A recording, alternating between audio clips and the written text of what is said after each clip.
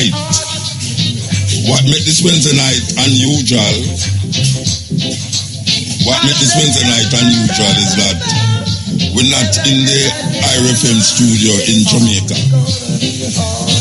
We are way over in Accra, Ghana, broadcasting from X Live Africa. So, you know, okay, we are telling you, say, we're there in Africa, broadcast this program, yeah? We're not in the studio of IRFM. We want to yell up Asphalt in the studio. Asphalt, yell up. Yell up. Yell motor, yell. Asphalt? Yeah, man, yell motor. Alright, that's why I now talk to it. Yeah, man, yell motor, yell. Yell up Benjamin Mills, technical producer. You're a technical producer, man. Turn up beside me, so he might shake him head like a TV. He's supposed to say something, but he might shake him head like everybody can see him. You understand? You want to hit up the assistant producer, DJ Feud, executive producer, Thompson. And as we say, we are live, X-Live Africa FM, Africa Radio. From Africa to Jamaica, we have bridged the gap. We have bridged the gap. Believe you me, we have bridged the gap because, you know, so all the while we get to do these things outside of Jamaica. We do it in the road, but outside of Jamaica, we don't get to do it. But when we get to do it, we do it. So, Cutting Edge tonight, Stepping Razor tomorrow. I must tell you that the time is after 3 o'clock in Ghana, yes or no? It's 3 a.m.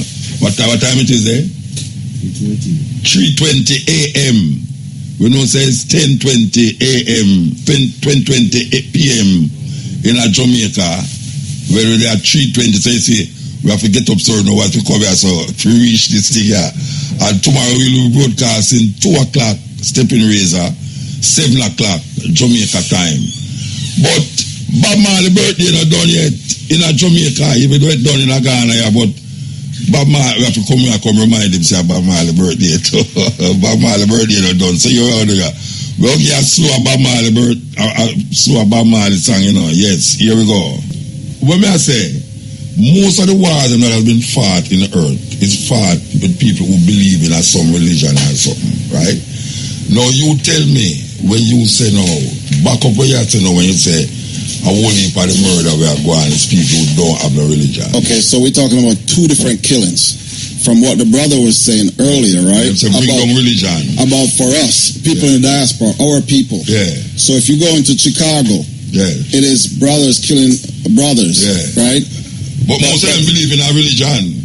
But most of them don't even go to church. No, you don't have to go to church to believe in that. But here's the thing. Okay, what I'm saying is, right? We're focusing on religion itself. Yeah. But I'm saying that education and giving us a bond, a connection, right? To instill in the youth a connection to your brother and your sister. Yeah, but most people who do that use a religion to do that. Muta, okay, so I have a response to that. Mm-hmm. In Ghana, you being just fair, your skin being fairer than me, the two of you here. Okay, when a Ghanaian child or some adult meet you, they call you Obroni, mean white man. Plus your accent, they call you Obroni.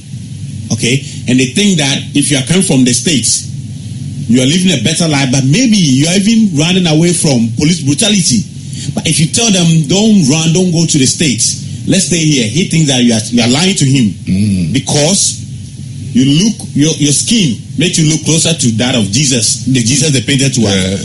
You understand? The majority of Africans don't want to even listen to Pan-African issues. They think Pan-African is linked to paganism. But then they live in religion. You understand? So for me, and with my about 6 years working with diasporan people in Ghana, what I've realized is that the more somebody throw away religion, the more he sees his brother from the States, from Barbados, from Caribbean, being one with him. I find that too, that most people who understand. So come in contact with on the don't have no religion. Religion is a big problem. Yeah, sorry. I think that the focus is not really much about throwing away Christianity or religion. That's what the confusion is. But where I understand him is that if we begin to educate the people on the values and the cultures of people, it will itself in a way eradicate the religion he's talking about. Yes. So it's the process of emancipating the people on the values of the people, the traditional values. In our education, the more you give the people the traditional values, then you are telling them to move away from this one, which was imported or brought to us, and stick to this one. Okay. So at the end of the day, it is the gradual process of bringing the people back to their roots. So let me give you an example from our educational books. Okay, in social, we have a subject called social studies in Ghana, and in social studies, can you imagine? A question goes like, define the term colonization. State 4 positive. Look at the wordings. 4 positive benefits. Positive plus benefits of colonization. And let me tell you one of them. Oh yeah, me about that, you know. Me about that. One of them is that colonization brought Christianity. And that is a benefit. What did Christianity do? Christianity helped Africans to stop human sacrifice. Which religion believes in human sacrifice as Christianity? But they are saying that one positive benefit of colonization is Christianity. That Christianity stopped human sacrifice. Christianity stopped Africans from worshipping idols. Africans didn't worship idols. Pouring libation means that you know how life starts and how life ends and how you. So it's a cycle. But that's about the Native American them too. Come again. Them never understand the culture and spirituality that define so the moment you begin to teach the African to be the real African, as he said, automatically Christianity will die. Well, you see, that's the difference between religion and spirituality. There's a difference between religion and spirituality, as his Majesty said. Religion is a money maker, it's a business. Yeah, of course. And it's a business. And it's making our people poor here. It is making Africans poor. And not only poor, but ignorant. It's retarding their growth. The only way is to sankofa, is to go back to our adherence of natural law, our laws, which were our traditional laws. That's why our rivers were clean. That's why if somebody did something without somebody witnessing it, you still had your conscience that I've done wrong, I've been seen. Today, somebody can hold a Bible in court and claim that I didn't do it. But in our traditional African religion, there was a system that held you accountable. You have to offer your brother food to eat. These are high human ideals, which don't exist today as much as we've so-called developed under Western ideology. So the only return is back to Africa. If we had our ministers going to swear an oath at a shrine that they wouldn't steal from the government and go there with their family the same way they go to parliament during the vetting there wouldn't be any stealing in Ghana. But that our natural law has vanished, so people are not accountable anymore. I mean, you can just hold. Most of them follow Christianity. Yes. Most of the people who oppress me give credence to Christianity. Yeah. Most of the people. And our people don't understand that in our traditional religion and our traditional spirituality was an adherence to all these things that these new religions are trying to give us. You understand? So we are seeking in our traditional, in our Christianity and stuff, what our traditional used to give us anyway. And we had orderly society. You know, you could go to someone's farm and you take some fruits to eat because you're hungry, but you couldn't take a basket and harvest and take it home. And all these things were our value system, which, like you say, our value system, which we adhered to. And that's the only way we can go back. And right now we're operating on somebody else's value system. But that's right. Inside, every single Ghanaian is aware of that thing. That's why in Ghana they say, Nokoyejing. There's something in this world. That means that referring to our traditional systems that we make fun of today, but the Ghanaian intrinsically knows that this, what he's saying, if I did something wrong and somebody said, I'll do you this, if you've done something wrong, you know you're in trouble. Yeah. But today you just hold the Bible like, I didn't do it. I didn't steal. Yeah, I'm swear upon Jesus' blood. I know you have to move. The thing is with one second like that. With African spirituality, we found that we kept moving away from it just based on fear. And they've instilled so much fear in Africans of their own practices and spiritual heathenism. Exactly, and they just point a finger at it and give it a name that they don't even understand, fetish and all kind of. So my thing is, there's nowhere else in the world that indigenous people have been convinced that their traditional practices are evil more than Africa. Yes. Because you can't go an Indian man place and tell me he can't go his family shrine. You have about 13 million gods in India. Yes. You can't go to everywhere. Japan and tell the man that they don't go to your traditional shrine. Them see the emperor as God in Japan. And you mentioned those examples, and this is what I'm coming back to. We talk about values, right? Or virtues. Ultimately, it's virtues. If you don't protect, like Japan protected his culture for decades, even after being bombed, right? Being subjugated. They still found a way. The Japanese prime minister goes to this Shinto shrine, the World War II shrine. Even though there's such outcry from the entire world about him going there, he still goes. Because they know the value of that spiritual practice. Well, it's the same thing with these other cultures we're looking at. It's only our people, for some reason, do not build anything in place, whether from any institution, and say, let's protect our value system. Because in Hong Kong, for example, you could not have a Western movie in the theaters. So it protected its industry until it was strong enough. So you may have a few movies now, right? They did that for years. You cannot own anything in Japan, even though they were bombed and subjugated, right? That you could not own property or a business in Japan for centuries. So maybe recently you could now own in partnership with the Japanese, right? So you have in Mexico that was invaded. I cannot purchase land. I could buy property, but I can't own the land. So you have everyone else developing methods to protect their culture. Yeah, all right. Wrap it One second. Do you know that the Bible and the message is sent around the world? It's more powerful than the bomb the American used on, of course, Japan. You understand? But not wrong with that. African people was displaced from them land. All of these people, Japan, India, them never take them out of them land and carry them go somewhere where them never let them lose them culture and them thing there. That's a total different thing.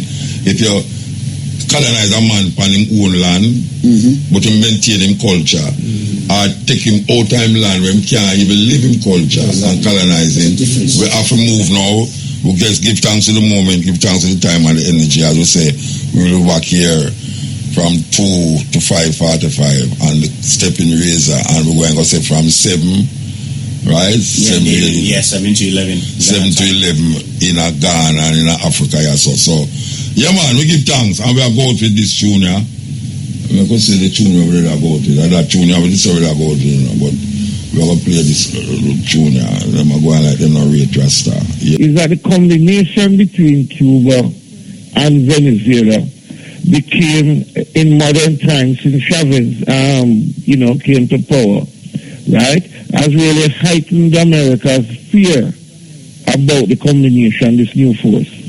Because what Chavez began to do is to link with these countries in the region, provide them with money to pay their IMF loan, and also offer them cheap oil.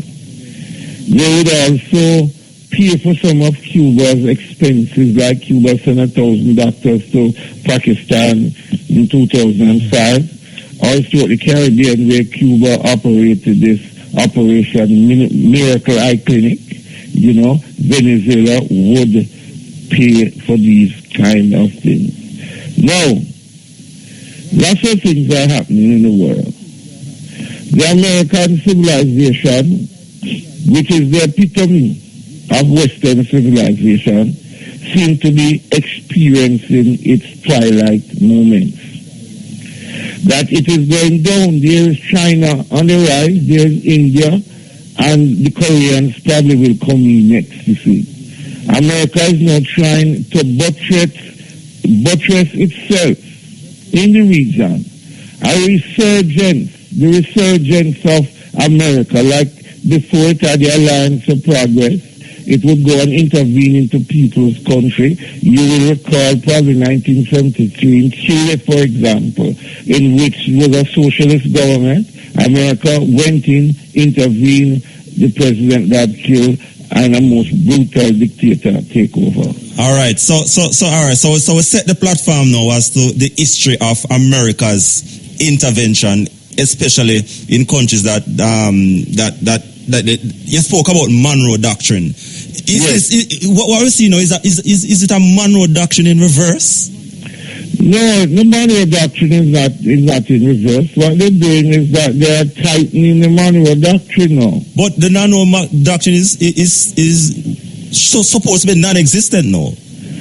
No, well, yes, by time, but you must remember now that America exists by precedence, When the Monroe Doctrine came in, you must recall that, for example, Florida belonged to the Spaniards. Good. Andrew Jackson came in Florida, killed the governor, and they took over Florida. To get the French out of the region, they purchased what you call the Louisiana Purchase, which is from Canada, come right down to Mississippi, down to Louisiana. Good. Mexico was a big power. You can say at least a good 2/3 of America belonged to Mexico.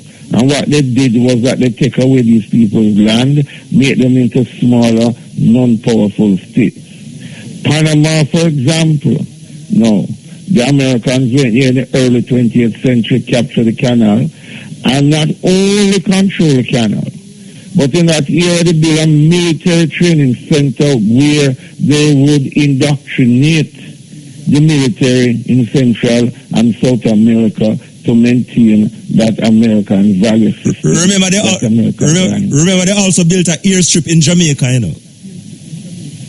Well, that was during the World War, in which they would, being allies with the British would give them all of that kind of facility. Right. But that airstrip here had no intention in terms of imperialistic control.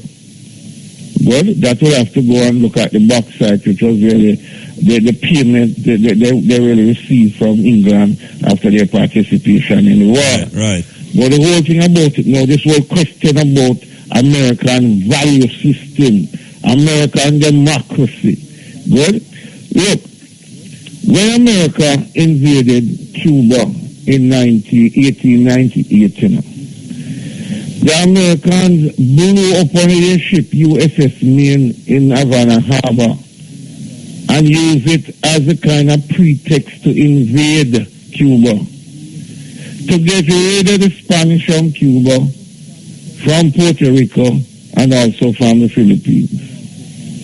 Well, in the case of Cuba, what they did was that they promised the Cuban people independence.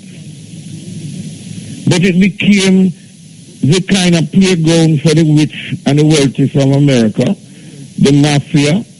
Then America would keep Cuba into this thing only producing sugar. There was no serious even industrial development. It was total exploitation with a succession of barbaric military leaders.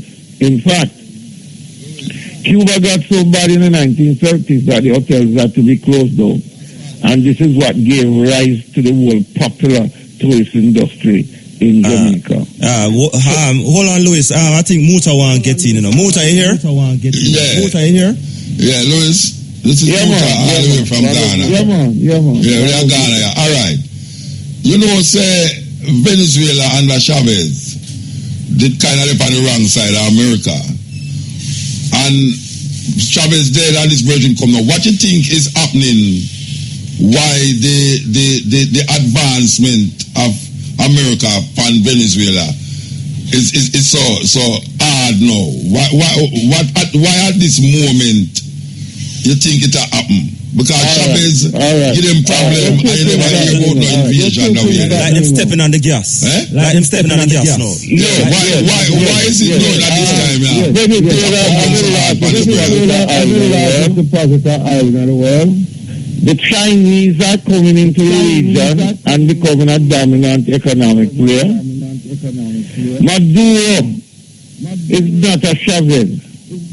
He's neither a ruler from Brazil in terms of a union man that really take over.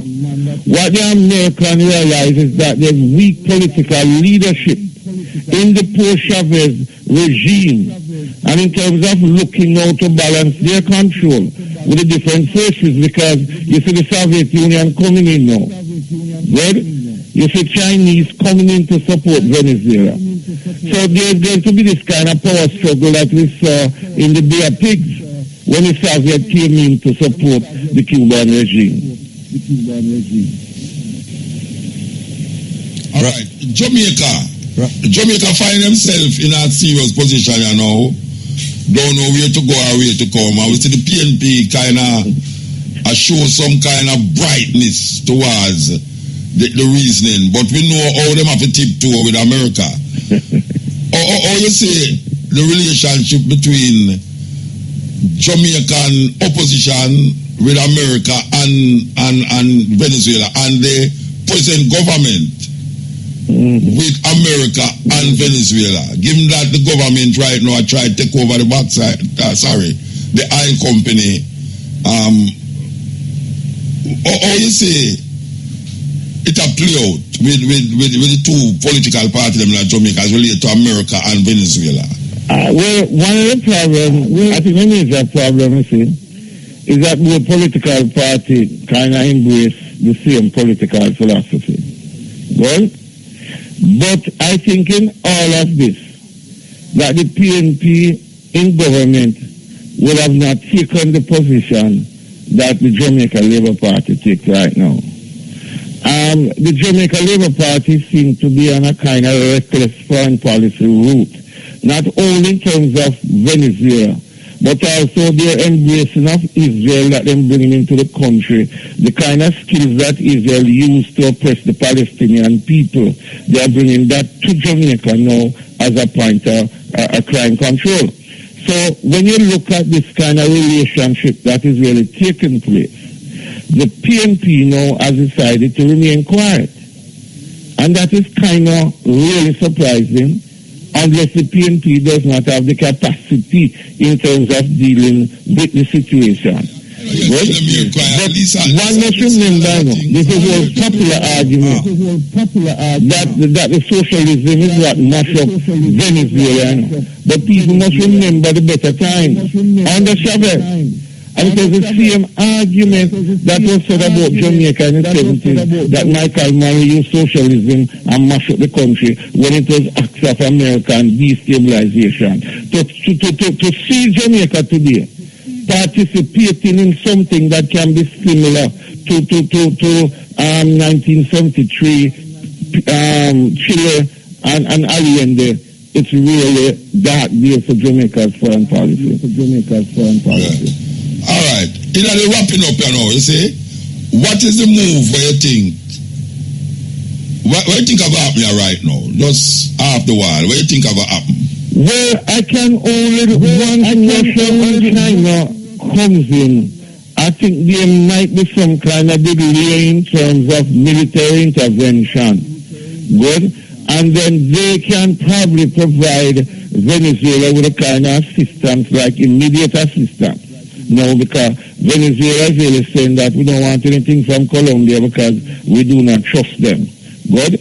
So I think you might see they go to the playing card of the Cuban crisis between the Americans and the Soviet Union. It's going to be a little difficult this time because the Chinese are going to play a role in this kind of thing, given their interest in the region. Yeah, what the problem with that now? Because you have to remember, say America don't have to go in our country to destabilize the country, Them can start what you call a civil war, trump up a civil war in the country where you find to the nation, one side of fight against the next side, and then now it bring in now what we call sympathy to the side where America really a plan. So really and truly, maybe no big war now going to happen because as I said China and Russia, but a civil war in the country trumped up by the American regime. I see that possibly at this time. How is that? No, well, this is a normal mode of operation, because all they needed to do was to get behind Pinochet. I mean, they're trying to get into the military itself. And it's not strange for America to develop right-wing guerrillas to carry out this kind of activities. They didn't come here But they got people from here to train to destabilize. And we can go back to a little argument that was given by this guy named Little Miller from St. Kitts about his role during that time. Most recently, we saw advertising, we call it Mogul, named some Greenley or something like that, proudly speaking about how he was asked to help to get rid of the Manley government. So what you're saying, yes, they recruit people inside, they train them, they manipulate them and stuff like that. They get shops to stop selling food, all of that kind of thing we have seen, and it is really a brutal part of the history in terms of punishing people to get rid of a government that America does not like. I want to give thanks for your contribution to this reasoning. So I know the reason I will continue. I mean, we see serious things are going as far as talk about Russia. Russia sent plane long, they will travel twice the speed of light, sound. It's really weird that them have plane will fly twice the speed of sound. You know, the way they, by the end, they blow up the place and gone.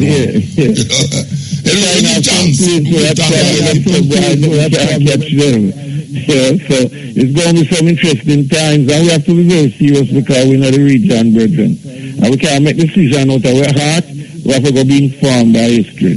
Give thanks, brethren. Give thanks. One love. All right, Louis. All right, Louis. Yes, that was. You say that was, you know I said that was. Yeah, that was. Oh, I. That was Louis Moistan, man. You know I said that was. The political, social, international commentator, lecturer, extraordinary. Yeah. Speaking about the Venezuela issue. Your time. This is the cutting edge and RFM straight out of Africa, Ghana. May I tell you, big issue I make us all. Yes.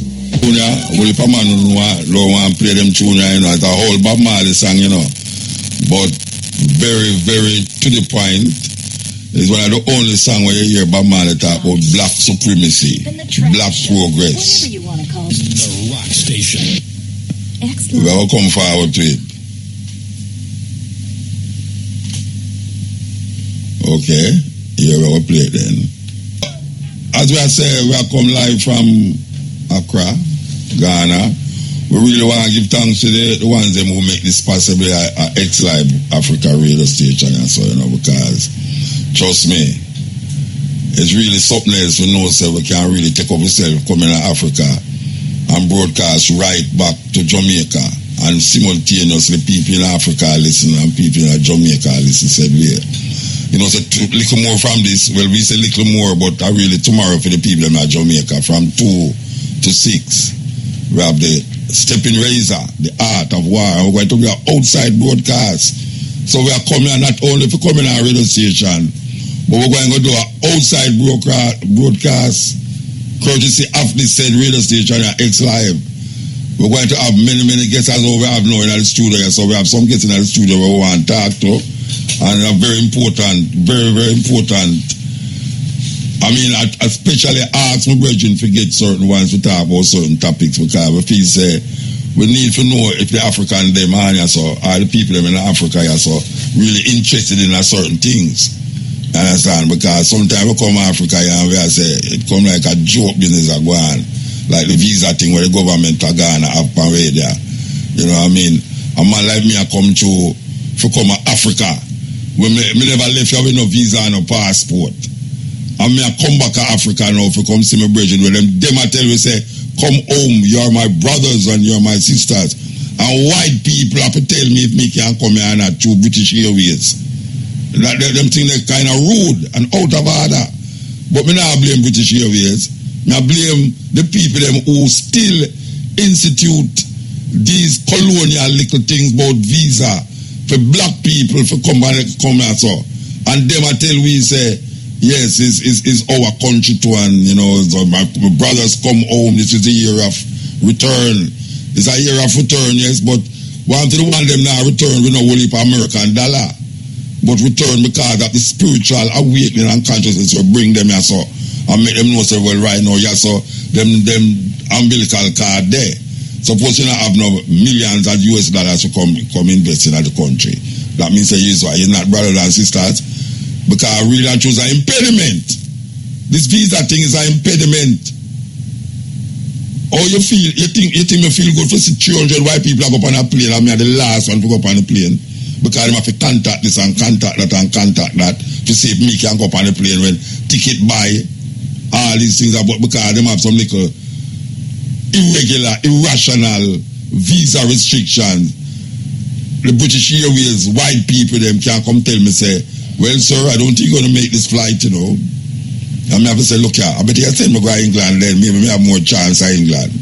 Because it's a start from Miami. Miami to start from.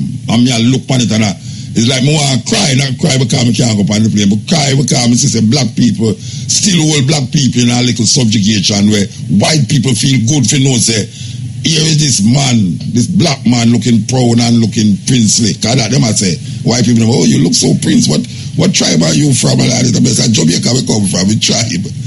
No tribe is this. And Jamaica we come from. They feel good for look by you and say that. But guess what? Some black people around the corner and make it difficult. If you know, say, me I look on 300 white people that go up on a plane.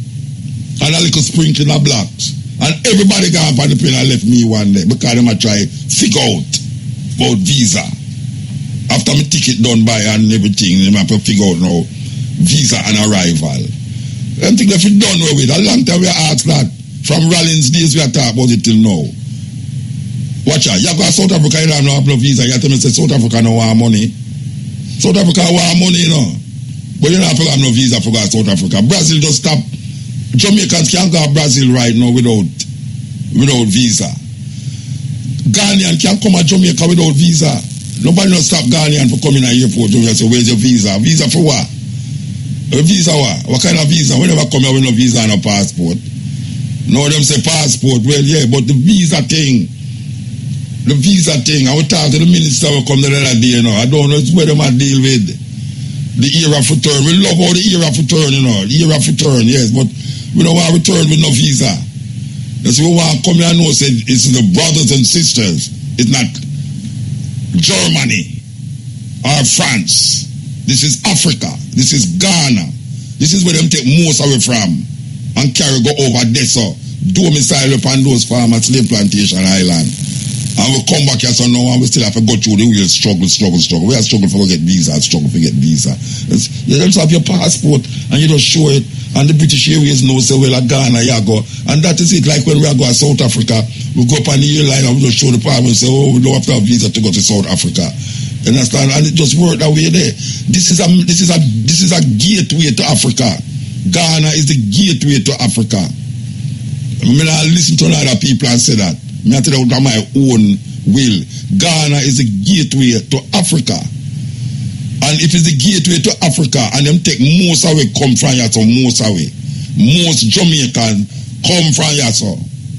There's no reason that after how much years we are laboring with this thing, I say, why would I keep a hold on this visa thing?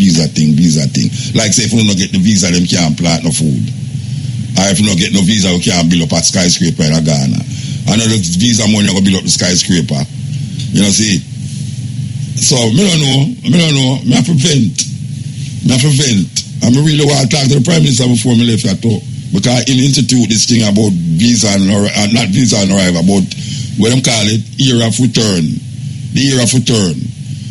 I know you're not listening now, Mr. Prime Minister, but anybody who know the Prime Minister, tell him, say, Mutabaruka come here and say, look, you know, Mr. Prime Minister, one of the impediments of us feeling at home, as how you have mentioned that you want us to feel at home. One of the impediments is to come through that airport and know, say, we can't come in here if we don't have $150. After we spend $1,000 upon an airplane ticket, we're going to find $150 too. Not even for the money. Where the money name down here again? CDs. You know what CD me have on my yard? I get them tons of CD over there and play again. You know, I mean, CDs. It's not even $150 CDs, $150. Me I come from Jamaica, me no use US dollar. You know, see, so me no understand why that come like a burden for our brethren. Mr. President, it come like a burden for you know the cry of the people, you know. And you're supposed to listen to the cry of the people, man. You know, in this year of return, the visa thing not working out very nice. It's not working out. We need to come in here and know, so we come home. Or you can tell children if you come home. Because you are my brothers and you are my sisters. And then if we don't have a visa, we can't come to my brother and my sister. And I like to say, when we reach home, I say, no, we must have some paper to go see my wife. You can't imagine me going to my yard and I can't go to my yard because we don't have the right papers. Anyway, oh, you stay along there? Oh, you stay? Over there. Yeah, man, we stay a good man. You ready? Yeah, man, we stay a good man. You ready? Yeah, man, we ready like Freddie, man. Freddie, man, we're going to come up here next month, too. Yeah. This is the Cutting Edge and RFM. We're there with you live from Ghana, Africa. Accra, Ghana. So, as I said, we have some guests in the house. Shireen Ross from BADA. Them call it the Bureau of African Diaspora Affairs. What you do at this affair, this place? What you do? I'm one of the executive board members. Yeah? I'm one of the executive board members. One of the executive board members. What you do? What is the work there? It's the African Bureau of African Diaspora Affairs. What is the affairs that?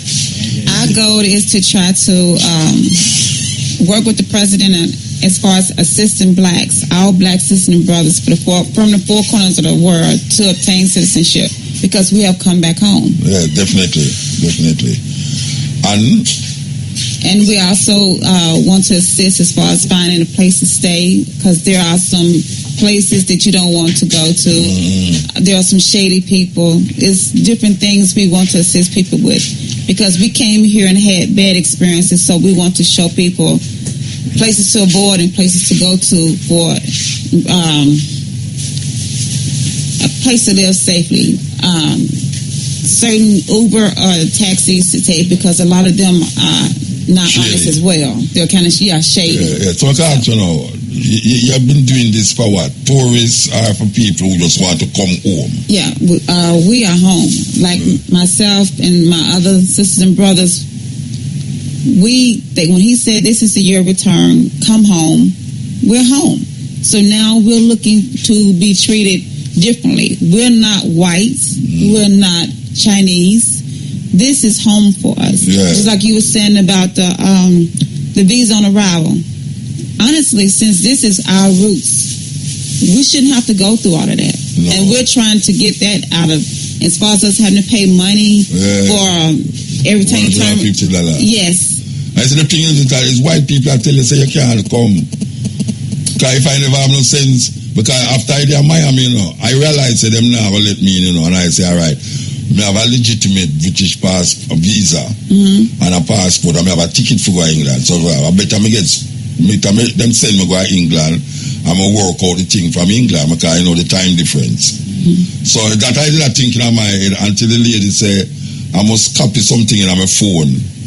Because she told me, me sure the sister sent me this thing, authentic thing from the travel, the immigration. She told me, say, it's not valid in the phone. I have to copy it, print it. Can you imagine me there in front of a ticket office? I never tell me was print to be having a my phone. Well, it was so nice that the manager come round and say, you know, she will call them, say I make them print it. But you know, I have to get fair number, put it on my phone, put it from WhatsApp to WhatsApp in a fair phone, and she take it to her, said it goes, I say, that time everybody go on the plane and immediately I look at it and say, okay, 1, 2, 3, 10 more people left, 4, 5, 6, you know. So, this is things that you deal with. You deal with these issues you deal with, or go. We're trying to get all of that worked out because we explained to them that we consider ourselves as HUG. That's what our brothers and sisters has come back home to Africa. We are a historical, unique group of people. And that's how they should see us as that way as far as welcome us. We have also been talking about reparation, but we know that that's not going to happen because they said that it will break our countries, because they will not have to just pay our brothers and sisters from the four corner earth, but they will also have to pay our brothers and sisters here in Africa. Why? Because they took... Who you said to pay reparation? Who you talking about with reparation? Reparation is for there's other races that have been paid reparation. No, I know, but I thought we was talking about the diasporic. We're looking at all aspects of different things. Okay. And because we're looking to be accepted back into Africa, because we shouldn't have to beg or plead. Everyone who's coming here is not asking for anything. We're bringing things to the table. Right now, there are so many sisters and brothers here. We bring several millions of dollars a year in our spending. We're from Jamaica. We're from the U.S. We're from the U.K. We're from Canada. We're from everywhere. And we're bringing spending money here. We're employing our sisters and brothers here, bringing economy for them as well. So, and we're trying to... Our goal is to broaden that, and there's a lot of sisters and brothers who have reached out to us. They are coming home this year because the president made an announcement. All right, so you have a place that they say this is the bureau that if anybody come now, them can go to that office and find you. Yes, it's in Osu. I can give you the address. Yeah, man, you can give everybody the address. The whole world listening. World will be surprised to know how much people are listening. You're going to get called like crazy. Because them say this is the year of return. We're also going to have a booth in the festival. That will be tomorrow. In Aubrey Garden. I will be working the booth there. Yeah, Saturday. I'll be up there Saturday. Yes. All right. So tell me the address where the office is and who is the contact person. Well, I'm going to assume that you is the contact person. By the way, how much people is part of this BADA? How much people is part of it? Hello? It's myself. We have Brother Yao. We have Mama Amicus, or Sister Amicus, Erno, Majua, Carnito, Dr. Carnito, Prince. No, just tell us how much people, because calling the name them not make no difference to people in El Salvador. Not the executives. Just tell me like how much people is in the body, the organized body. There's probably between 15 to 20 of us. We're looking to grow larger because there's so many wants and needs here that we need to address. Okay, still can't find the address. I am looking. I have it in my phone. Sometimes nice when you're right nowadays. I realize it, we get old now. I will ask the things them properly. So when we write it, go back to the old days. I must go back to it. We can't go back to it, but sometimes it makes sense. You're right, it dog. You know what I mean? So where you say you're from? Where are you from? I am originally from Memphis, Tennessee. So how long have you been living here? A little over 8 months. You just come? Yeah, when I retired, I moved to Florida, and from Florida, I came here. Okay. So,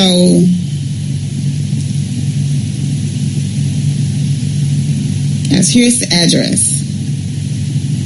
Okay.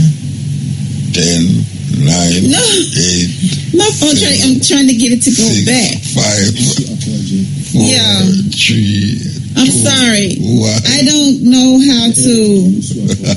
I don't know how to. That's why you should write it down. No, if you can read that for me, please. Okay. House number 17814 Otu Street, Osu Akwaje. That's in Osu Akwaje area. All right, say it again. Slower. Say it slower that the people can. House number 178/14 Otu Street. That's OTSEW Street. In Osu Akwaje. Osu Akwaje is a neighborhood in Accra. All right.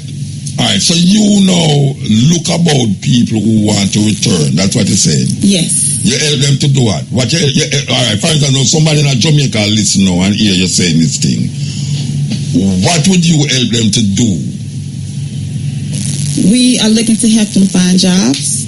No, but them don't reach yet. So I mean, like, if them over Jamaica, no, you're not going to help them in a plane fare and all them something. They might find them on plane fare, right? I assume. If they're over in Jamaica and they want to come home? Yeah, if somebody in Jamaica listening to you now. Yes.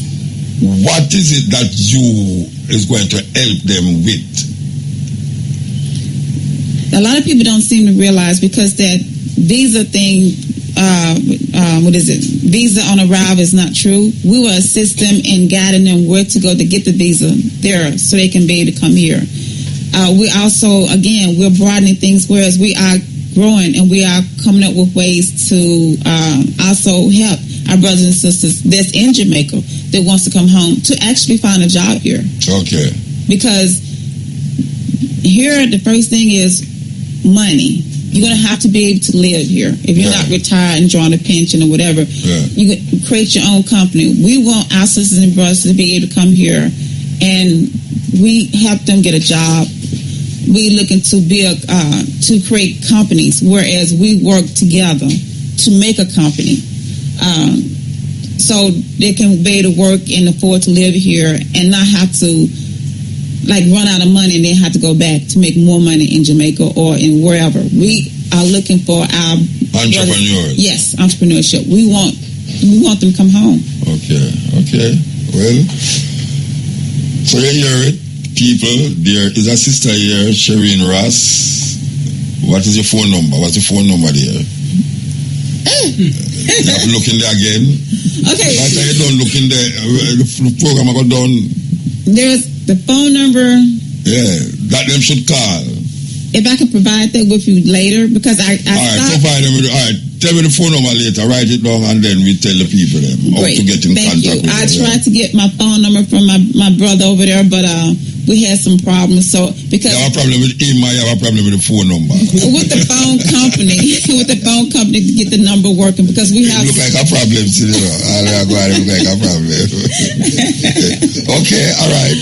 The Ford company. It's not so like Jamaica. The Ford company, they have a problem with the Ford company. They have a problem with the water people. They have a problem with the light people. They have, we have a problem with a problem, you know. So many problems. Okay, give thanks. Give thanks, you know, Shireen Ross. As you say, you're from, where you come from? I'm originally from Memphis, Tennessee, then to Florida. So you have your citizenship here now? No. Oh, you just come. So you're looking about it though? I am looking for citizenship. Yeah, you have dual citizenship. I'm looking for dual, yes. I did born here one time, you know. I was born here one time. We all were. Yeah. This is seriously. We are the ones we're looking for. Yes, our roots are here. Yeah. Anyway, give thanks. Yeah, man.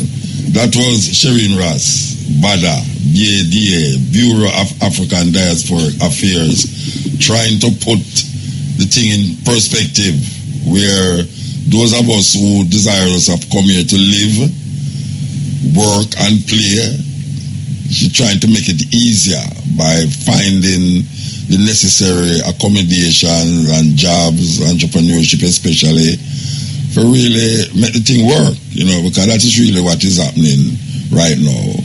You know, I just say Africa awaits its creators. You know, I mean, it might sound pompous thing, but it's true. A lot of us was taken here and carried over there. And we could have been contributing a lot to Africa if them never drained me over there. And when them drained me over there, so now I'm not used to myself, neither over there, nor over here. Marcus Garvey, they don't tell me, say, when him say go back to Africa, I'm not about everybody.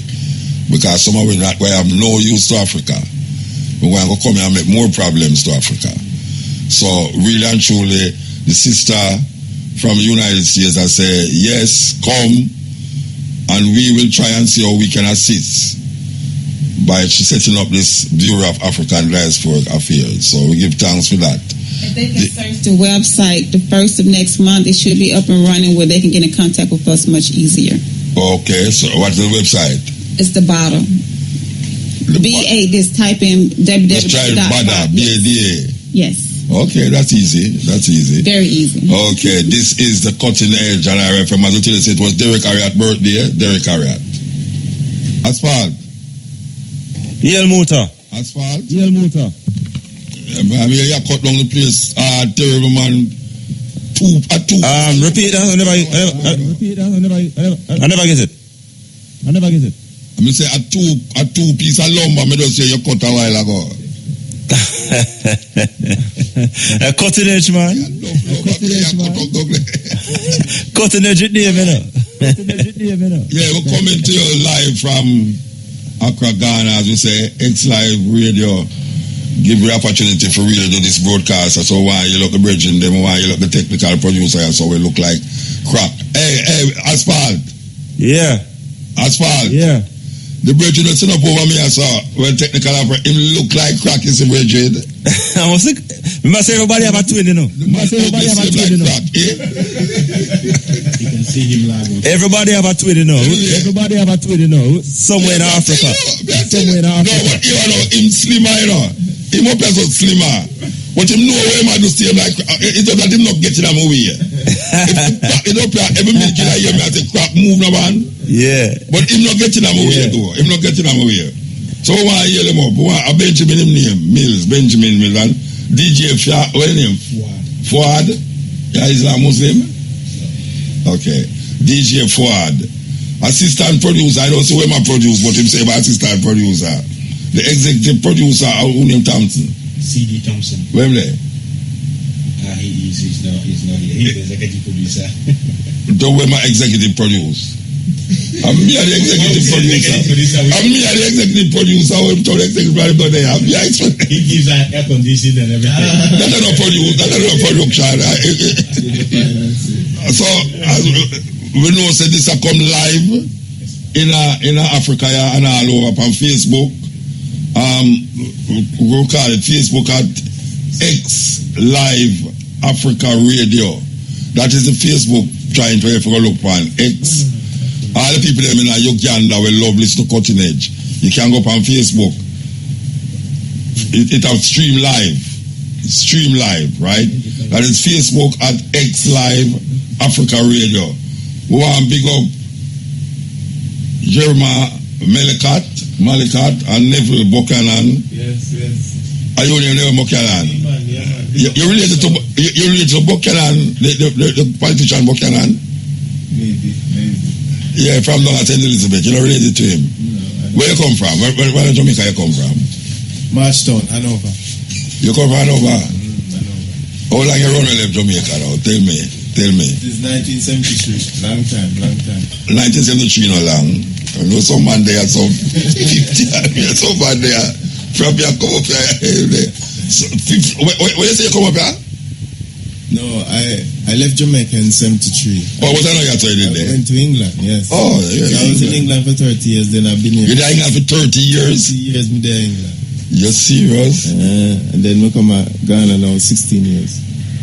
So how long ago you go back to Jamaica? You don't have a passport to go back to Jamaica? We don't have no passport. We don't know what my people passport. What kind of question? No, but I mean, the question is because... We must have a Jamaican passport. No, but we can't tell you the question. Some people passport expire upon them, you know. We never say that I'm a Jamaican passport. Some people passport expire. Only if a man die in England and the passport expire and can't go back to Jamaica. As a source. Them get dip. No feel. No, you get defensive for two. Say, if you have no, man, I was there year before last. Oh, yeah? Are you going to Hanover? Yeah, man. I go to St. Elizabeth by... St. Elizabeth. That's why I asked you about St. Elizabeth because I know the Buchanan. Forget me buy me and fish, you know. I forgot St. Elizabeth for that. Yeah. You could have gone Port Royal too. Yeah, man. So you're alright up there though. You're alright. You see, you have a nice wife. Everything cool, man. Yeah. The sister here was talking about the citizenship thing. Yeah. I got my citizenship 2 years ago. I was one of the... Oh, you was one of them? Yes. Okay, I hear about that. I hear about that, so one of them. This time we're hoping that many more will get their citizenship. Yes. We want hundreds this time. So you're part of the group, you're part of the Bada? Well, indirectly. I mean... When you say indirectly, which part directly? When you say indirectly, like you're out there support it over there. So tell me. Well, you know, I support... whoever, whenever I can. Yeah, man. Support the work and yeah. I will give thanks, Bridget. We say, well, Buchanan, Neville Buchanan. Yeah. The name sound familiar to me, though. I don't know why. I told you, Sky is a Buchanan, and I know so much Buchanan and Jamaica or politician. You never used to turn politics. You never go politics in Jamaica. So why have no Manny Buchanan? I beg you that, you know. Who say man of politician? Politician. Me never say so. Say who say man of politician? I'm a bridging. We can't talk now here about him. All right, Dr. Sharita is the sister who came come along and all this is she never come do it last year, but she do it this year. I must tell the people them why we's here. We's here because of a wellness festival that the sister keep every year, where she bring people from across the diaspora to really take part in something that you are the year going in Africa, which is people that deal with wellness and health and all these things. You know, when you hear about vegetarian thing, it's all like a white people thing. You know, but we know say the vegetarian thing is something where we used to really deal with long time before we get so carnivorous and I eat all one another right now with gun and machete and knife and stab up one another in England and all these things. So she is the one who bring us here continuously. This is the third time she bring me here and we feel good to know say she really consistent with it. Very, very important. You know, I forgot to say why she keep her bring me come along here. And then now a brethren, no, this brethren, you know, we know say him up at the house and we see him very active. He's one of the most active apart from a brethren named Aswad. I pity Aswad not there still. Maybe see him tomorrow, but Aswad is a brethren. Me and him there at Jamaica. Me and Aswad share the same house together. Me and Aswad though Peter Tosh album jacket. I think it's about 2 or 3 Peter Tosh album jacket him do.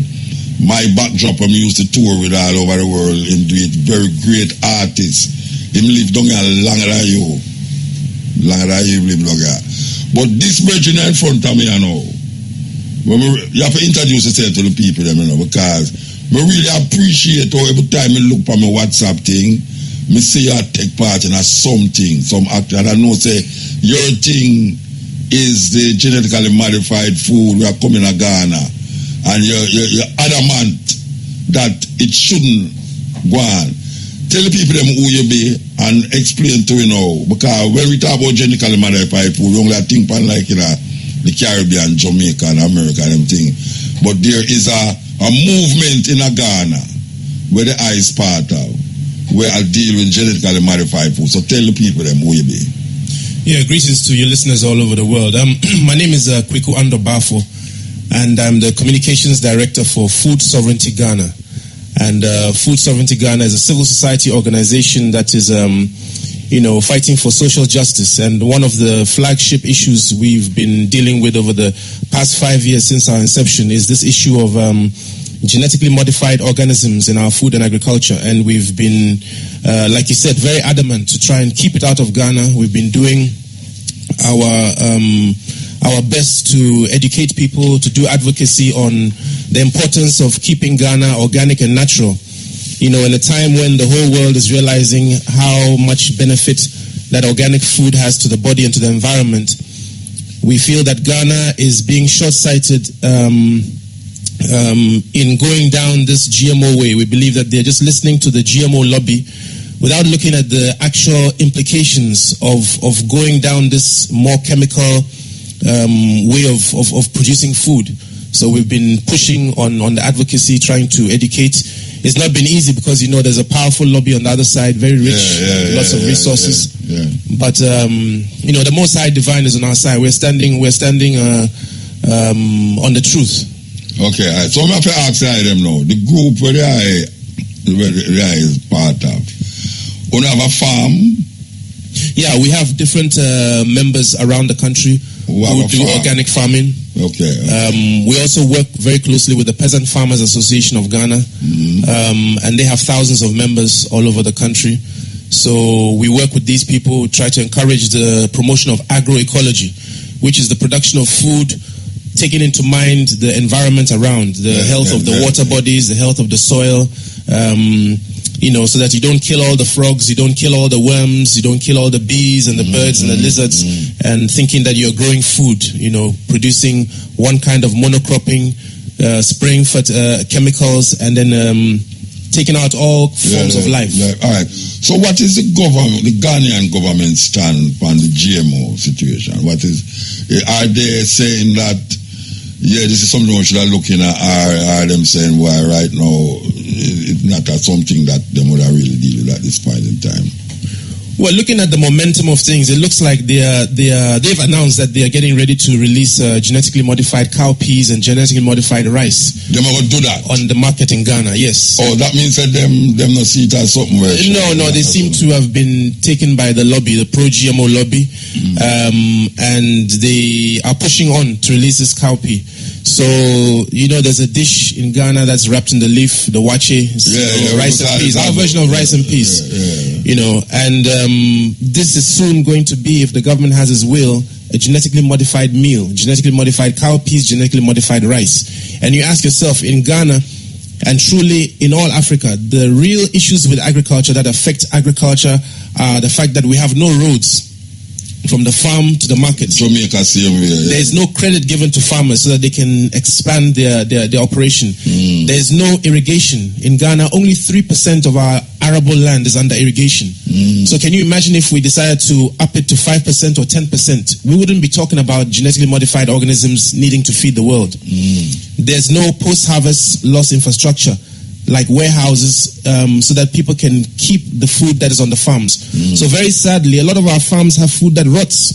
And we have this pro-GMO lobby that has convinced our policymakers that the population is increasing so much, you need to genetically modify these plants. The plant food. So who is behind the government? I mean, all the while there's somebody pushing governments to do these things. Who you think in Ghana push the government for do these things? Well, there are different lobby groups. I mean, you have Monsanto, who's obviously pushing for their agro business to grow. You have, other international organizations like USAID that's pushing for the adoption of GMO.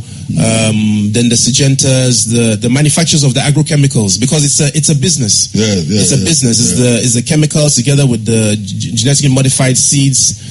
And so on and so forth, but it has a huge socio-economic impact on the small scale farmer, because it takes away the decision of what you can grow, how much you can grow, what type of food you want to grow, because it's all based on strict finance and patenting and all sorts of. All right, so is there anything in a Ghana where label food will say the purchaser, the buyer must have a choice to say him don't want GMO, I want GMO, so him said this food is GMO.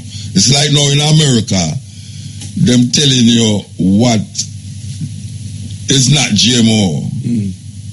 But them I tell you what is the GMO. You see, so when you take up something, you see it, man, no GMO, no sugar, no this, no that. But them not tell you say this product is of GMO, which should tell you say if you want to buy it, really don't tell you. It's like cigarette.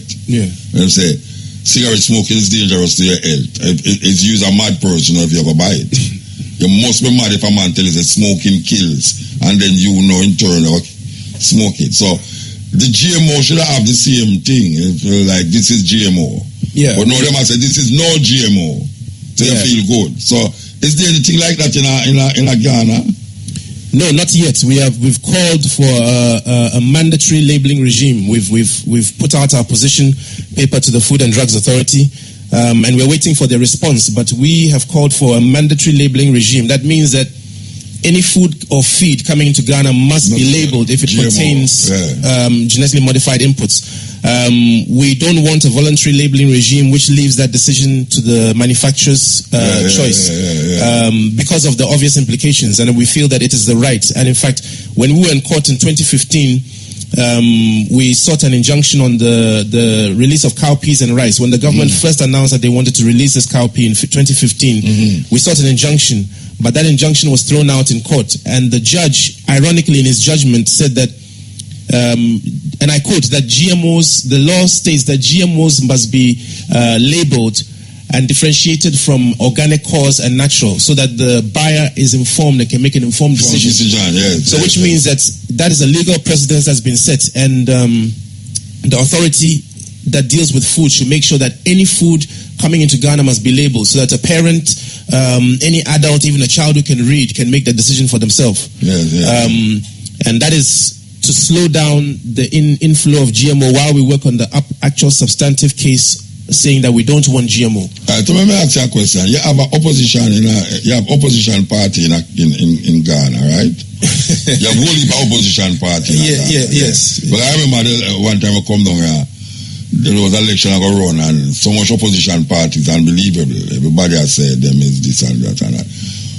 Is there any political party, powerful political party, where you as a person who are lobby for this thing could have formed alliance with because them have the same perspective? Is there any political party like that in Ghana? Well, the only political party that has supported us is the CPP, the Convention People's Party. That's the party of Osajifo Dr. Kwame Nkrumah, very ironically. We're supposed to have our panel radio tomorrow. His daughter. Yeah, we're supposed to have our panel radio tomorrow. Yes, actually, the Convention People's Party, our council is reminding me, is the second plaintiff in our case against the government. So the Convention People's Party is fully in support of this. Unfortunately, the Convention People's Party is not one of the biggest opposition parties now, but is still alive. But it's important that there's that principle that this is not the best way forward. And like I said, those four issues about the lack of credit, lack of roads, lack of irrigation, and lack of post-harvest infrastructure, these are the real issues that affect agriculture in Ghana. So any policymaker that has swallowed the GMO pill has decidedly wanting to forget that this is the low-hanging fruit, the obvious way to food production, the obvious way to provide employment for future generations, because you must take care of the environment. There's no point in producing food if we cannot produce food from the soil in 2025, 2030, 2050. The soil fertility must be there. That means the worms must be there. That means the birds and the bees and so on. So we must go back to agroecology and phase out this large-scale commercial farming, which is, the big lobby is behind. And that is people that say subsistence farming can't really suffice the population. That's a myth. 70% of the world's food is produced by small-scale farmers all across the world. Ironically, 30% of the world's food is produced by large-scale agriculture.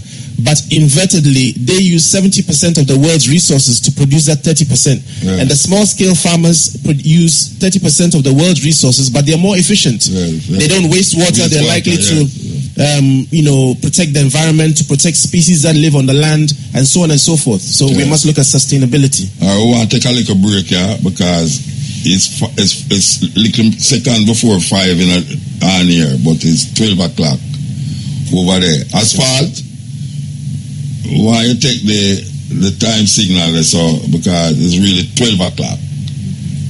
Brothers and sisters, this is Jazz. Join us with respect for our national anthem. Let us stand and defend this one. Yes, this is the Cutting Edge on IRFM. So broadcasting live from Live Africa in Accra, Ghana. And as we say, we want to thank the ones them again for really accommodate to here. They're going to accommodate us tomorrow again on a live outside broadcast. We're talking, I say I don't want to mix up nobody's name, Because I remember when people used to call me Muka Bubuko, Duku Bubuko. So every time I hear African name, I can't call, I bet the person call him own name. So even though it's my brethren, I will see him house regular, but I want him call him own name because I like all my family, the reasoning in terms of, in perspective. But as I say, the affiliation with the other people them, it's just about the GMO thing. It's nothing else. Like you affiliate with them because they might deal with the same thing. GMO and social justice. Yes, social justice. So issues about land, misappropriation, allocation of land to big farmers, pollution of water bodies, anything that has to do with the rights of people and social justice. All right, you have a liar here beside you. Yeah. You look more like the liar than him. So him look like the judge. All right. I know what is your role. First you say them are going through the thing and certain procedures and thing, but what is it that you find is the biggest stumbling block for the progressive movement of the GMO lobbies? Then what you think is the biggest stumbling block? Thank you very much, and let me say a very good morning in Ghana to our listeners, and then good afternoon in Jamaica. No, good night in Jamaica. Oh, good night. Morning now, 12 o'clock. Oh, okay, sorry. So good night to the brethren them out there. From where I sit, legally, I think the problem is the law. And I say this because when a country promulgates a law, it's more or less the guiding principle. So what Ghana has found itself in is that our lawmakers have taken on to the path of GMO. So I want to be clear so that listeners will understand that it's not that in Ghana you can do GMO because there's a law, and that's what laws do. We have the biosafety management of biotechnology regulation that was passed in 2007, LI 1887. LI is legislative instrument. That alone tells you that this country is going on that path. And that is why I say that it's the law that is the stumbling block. If the nation has no laws granting the operations of genetic engineering, then you can't even get into it. But here you are, your lawmakers have put in the law. So what that means is that the country can do it, but the country must do it within the confines of the law. All right, is there a law against it? There's no law against it. In fact, this is a law enhancing it. No, the law as it is now, is it against it or for it? I just don't say what it is. Yeah, the law... I them never expect GMO to happen, so them never get preparation for the law. I think what is happening is that we have some scientists in our country who, like you said, who are linked more to these multinationals. Okay. Our Council for Scientific and Industrial Research, CSIR, have scientists and who are all the time trying to tell the world that they are generating or they are creating something, like a musician creating an album. They also want to create species. And that's what GMO is about, fusion of genes. So when the scientist produces that new cowpea he's talking about, he wants to take patentability for it. He wants to own it, just like owning a book or owning a musical album. And that's what the problem is. So in Ghana, as we sit today, the law is not against it, because there is a law that gives citizens and applicants and participants out there to get into genetic engineering. And that's why Full Sovereignty Ghana and other groups find themselves difficult in fighting the situation. It's going to be different if there was no law. Then that one is a level playing field. We can deal with it. But here you are, you have a law. So it means that the country has accepted it, but what do citizens look out for? You look out for the country itself going and dealing with the laws as they have promulgated. And fast forward in 2011, the law was now upgraded. That was a regulation, but now we have a Biosafety Act. The acts are the Biosafety Act. What is that? An act of parliament, a statute. Okay. So that was promulgated in 2011 and Act 831. So that gives a broader picture as to the law on genetic engineering in Ghana. So what that means is that you can come from Jamaica, you are a scientist and you want to improve a certain variety of crop or something, just go through the process laid down within the law. So you make application to the appropriate bodies. In other words, you can do some experiment. Exactly. They look see if it will work or it don't work. Thank you. They look at the regime and see whether or not they can grant you the permission to get into genetic engineering to come out with a new breed or species you want to come out with. So that is happening right now as we speak in Ghana or so. Exactly. So while we are in court is that the authorities that are supposed to follow these very laws are breaching them. So our case in court must be explained clearly to the listeners that because there is a law, we are not in court seeking a ban on genetic engineering because we can do that. Now we are in court seeking that the state, the republic itself, obeys the very laws that it is using. And I liked when you asked if there is a law on labeling. As we sit today, you can go to the market, you find a woman sitting down there with 2 baskets of tomatoes, and if they are GMOs, the buyer doesn't know. The ordinary citizen doesn't know if he or she is buying the GMO tomatoes. But we should have the labeling law so that when you go there are 2 baskets of tomatoes. One is labeled GMO tomatoes, one is organic. Then the citizen has the right to choose. There's no awareness. From the look of things, Ghanaians do not even know what genetic engineering is about. About 99% of our people do not know about it. They hear about it. But the law says educate them. Create awareness. We're not doing when I was getting ideas for who I want to put on the program, I remember the brethren as well with the GMO thing, and one of the reasons is that we in Jamaica is something where we talk about regular. I don't think a lot of people know, say, in Ghana, especially Ghana, so you have a group where it's adamantly against GMO, you know, and that is really my interest. My interest is to expose this group. Yeah. We say, here is some brethren in Ghana, so where have all them liar to a fight against this thing, because we a fight against it hard against the government, but I don't know why government always back, they're behind. You know, like people them vote for the government, but you know the people have to lead for the leaders, still, you know. But there's something about governments where them always are lag behind, and you get vexed, you know, you get upset. So wait, all them can't say the thing not supposed to go so because them have multinational corporation. In Jamaica, we have IMF and World Bank. They're behind me like prostitute and look for something in the middle of the night. You have the Chinese them now come with them thing now. We see in Africa it's the same thing. I develop here so now, you know, the Chinese, some niggas who get some high education in Europe, come with them education from Europe now for class title all over Africa. And the people them just wear tear up jeans. You know, it's like it's amazing. It's amazing. Exactly. You know, so we give thanks to see the brethren them. You know, as me say, every time I pick up my cell phone, I look at my WhatsApp. As I look out to see what is the next move the eye them I do towards this thing. You know, and I'm glad for know so I can come and so and confront the eye them and say, well, when I do some nice work. You're a Ghanaian too? Exactly. It's a study, which why you study now? Come again? Where you study? Oxford? Where you study? Tell me. No, I study in Ghana here. yet to maybe go to bed.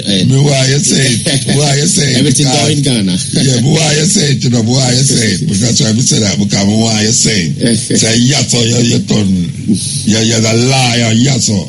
Yeah, man, that's beautiful. And you're there with the bridge in them. So you have a farm? Come in when you say people are doing them things, they never usually have farm, you know. Not yet. You know, if you say that sin from like 3 times a day and no plan on. You know, think they should get arrested. No. The law should say that anybody that had planted food 3 times, you know, there was that time in America that it was illegal not to plant ganja. Yeah. And the George Washington. You hear what I say?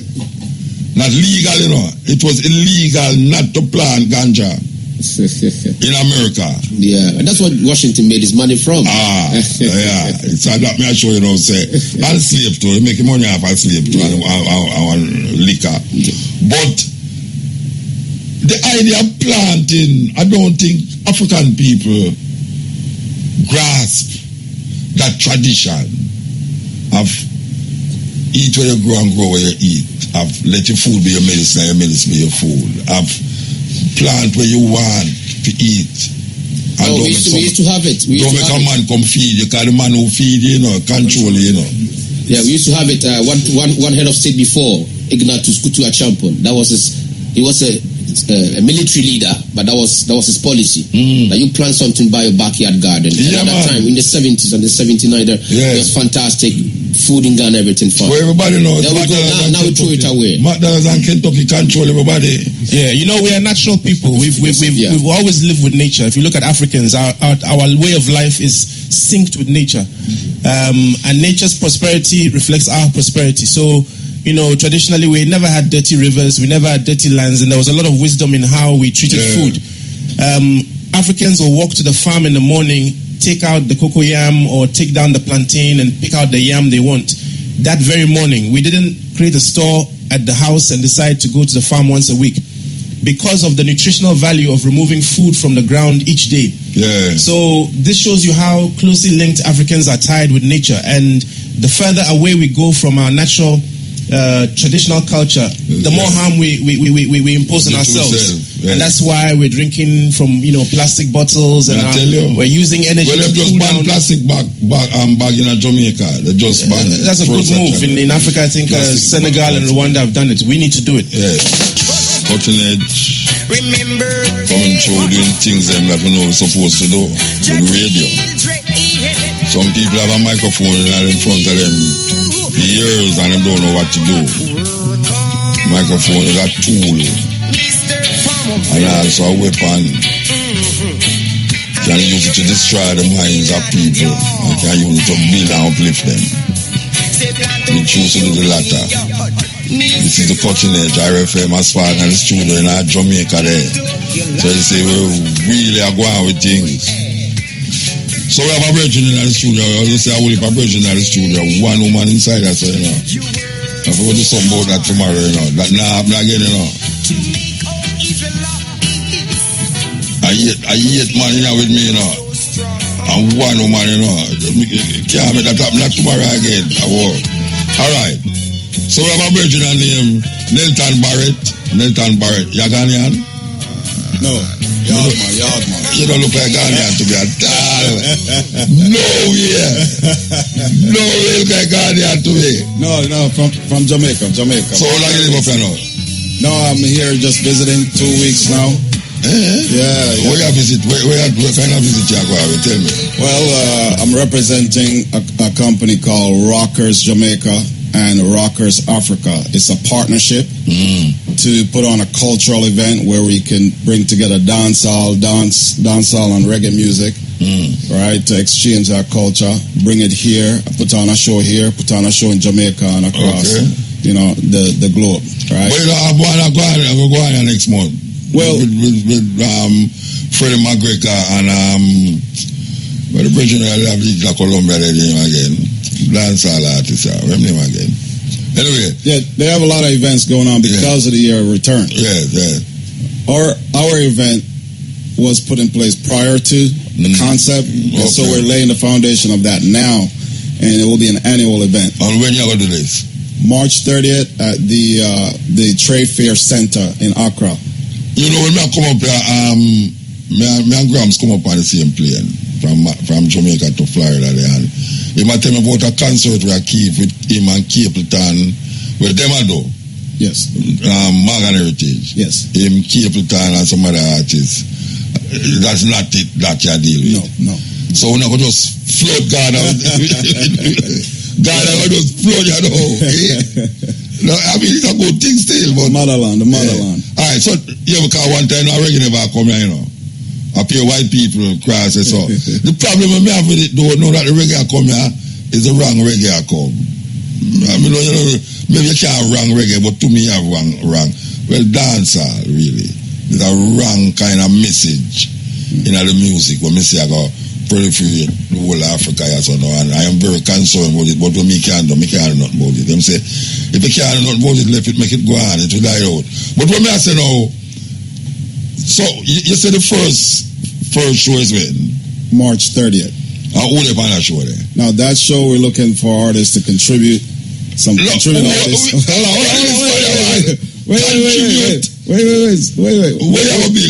contribute to the artists I can't say because we're not yet, we have not signed the contract. We're negotiating. No, hold on. When you say contribute, you mean we're looking for other voluntarily? Acts. Yes, we're looking for other without acts. money? No. There will be some compensation, but we're looking for them to play fair. A discount, discount. Look, we're trying to put together a diverse package, right?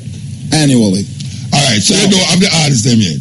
We do have an artist, but we can't say because they're not on the contract as yet. So you don't have a contract yet with no artist? We have a contract so that tell me under review. So who tell me the artist them on the contract? No, we have two artists in review right now. We cannot say. So you don't sign a contract with nobody yet? No. And next March? And March 30th, yes. No, February? Yes. Then not less than 2 months. Now you feel my pain when I explain to you that this country works differently, right? This country works differently. I've been here since January 11th, right? Yeah. So the way things are, which we talk about Bada, how Bada comes in and is assisting me, Brother Oswald especially, because the culture here is way different, right? Yeah. Although similar to Jamaica, but the rest of the world is a foreign thing. All right, so let me ask you a question now. You know, things that are kind of too near, you know, if you put up together No. So the culture works this way, right? Primarily, you will have 3 weeks where the promotion and marketing will go out anyways. 3 weeks. So you're looking at 3 weeks to a month, but it's really 3 weeks. All the logistics, all the energy goes into promoting and putting together the show. 3 weeks. Yeah, so we're still early in the process. We have actually 2 contracts. So you've done shows already? I've done shows before. We show them, but they're in Japan. I worked with promoters in Japan. I work with promoters in California. But I'm representing. Which Jamaican artists that carry go Japan? No, I didn't carry them personally. No, but I mean, they show them where you work, pan. And the Jamaican artists they find them in Japan. Yeah, many. Like which artists there? Well, it was Beanaman, I believe. Beanaman with. What do you mean you believe? No, I don't. Well, I'm trying to say the combination of the artists, right? So it was Beanaman been there, Elephant Man, right? Ellie. In California, we had more reggae artists. Like who's in California? Like when say we'll leap and then you guess who, you know? No, I did 2 shows, but I work with promoters, right? I didn't do. So you're the booking agent? No. I do the boots. I'm a boots on the ground kind of guy. Do the promotions, right? But now I'm not doing that. I'm doing the business coordination. No, I'm doing the finance of business. Oh, so I do operations now. I do, That's why you have to the money involved. Okay. So primarily what we're trying to do right now, right? Because we have 2 main acts. We want to fill in some more acts, and this is a culture, a non-profit. Let me ask you something. So what you going to do? Is a free show you going to keep in Ghana, yeah? No. You have a charge? Yes. All right. Where the money I go towards? Well, we're going towards reinvesting in what we're trying to do, which is, you mentioned dancehall, right? And it being a bad influence. No, I'm getting there. Dancehall, but a lot of dancehall music now is bad influence. And that's... Not dancehall in itself, you know. Because me know good dancehall music from a player. Yes. But me I say, a wholly part right now is least much to be desired. So, and to your question, I also, and the group that I represent, sees issues with dancehall, and what we're trying to do is to bring some structure and organization to dancehall. Where? In Jamaica or over here? So kind of over here, so it needed over there. So Jamaica and wherever dancehall goes. So we're going to bring the show. We're going to take it across Africa and Jamaica, right? And we're going to have workshops, and we're going to have an outline of history being taught. Grassroots from, talking about ska all the way up. But let me ask you a question now. Come back to the show next month. All right. You have Freddie McGregor come, and Alien. I think Alien come too. Right. You have Morgan Heritage that just tell me say them a come. All that is a go on in a March. Yes. And they say no, you have your voluntary show a come in a March too. Half voluntary, not completely voluntary. Can I be on it, but I won't be voluntary? Yeah, sure. I won't be voluntary to it, though. Neither half. So we have to talk about terms. No, but what I say is that. But yes, you can be on it. 3 shows in 1 month. Yeah. 3 shows in 1 month. Yes. And it's only 1 a year advertised so far, you know. Yes. Freddie McGregor. And that's the only 1 a year advertised. And you say you're going to start advertising it? No. This is the first advertisement I'm going to get. Yes. Hey, we're going to need to collect some money. Don't make them using the street as a voluntary. Volunteer service. We're going to need to collect some money from him. I'm advertising, I'm sure. We're going to start advertising first on cutting edge. And so, all right. Yeah. I really try to understand what you say in terms of your credentials about promoting shows. No. Okay, so again, I'm representing Rockers Jamaica. Right? Oh, you're not a part of Rockers Jamaica? I'm representing. I do the business side of the office. So which part of Rockers Jamaica there? Jamaica. Right, you'll get to meet that representative. What name? It's Donna Ray. Okay. Donna Ray. You'll meet her probably Saturday or tomorrow. She's here? She's here as well, yes. Okay. And who represents Rockers Africa? A fellow by the name of Maurice Boy. Maurice Boy. Yeah, Divine Boy. Which part of the office there? Rockers. Oil and office. I have it. No, in Jamaica, man. The office. Yeah. I don't have the name. It's Falmouth. It's in Falmouth. Falmouth? Yeah. I don't have the address. The address of the place. Right. Okay. And Rockers Africa, no, I'm not address yet, so. I have it, but it's foreign to me still. Okay. But I'm out of New York, so yeah. What? Yeah, I'm Jamaica, New York, Japan. Yes. So you have Rockers, New York? No? Not yet. It's so like something where just it's like sperm. It's not even like a fetus. It's like a sperm. Well, the concept, what we're trying to bring is to make the connection, the diaspora, right? Yeah. And what we're trying to do is introduce the education package with that. Yeah. Because, as you know, bad influence catch on easy. So the better aspect or the negative aspect, people will draw to. But with education, with workshops and so forth. So what you doing this lady? I mean, not what you doing that, but I mean, what is better relationship with this? Well, when we partner with the Ghana company, Rockers Africa, right? We did of course, work out some basic information, logistics, and so forth. Once we're here on the ground, we encounter some challenges, right? So you turn to she. Bada is helping us maneuver those obstacles. On our PR? Well. So we're not voluntary workers. So Bada we're not voluntary workers. Because you carry it down now. We're dealing with entrepreneurship and all that. I know you're talking about voluntary. That's a good point. So you have on our PR? We'll have some compensation worked out. Sister, look at you something.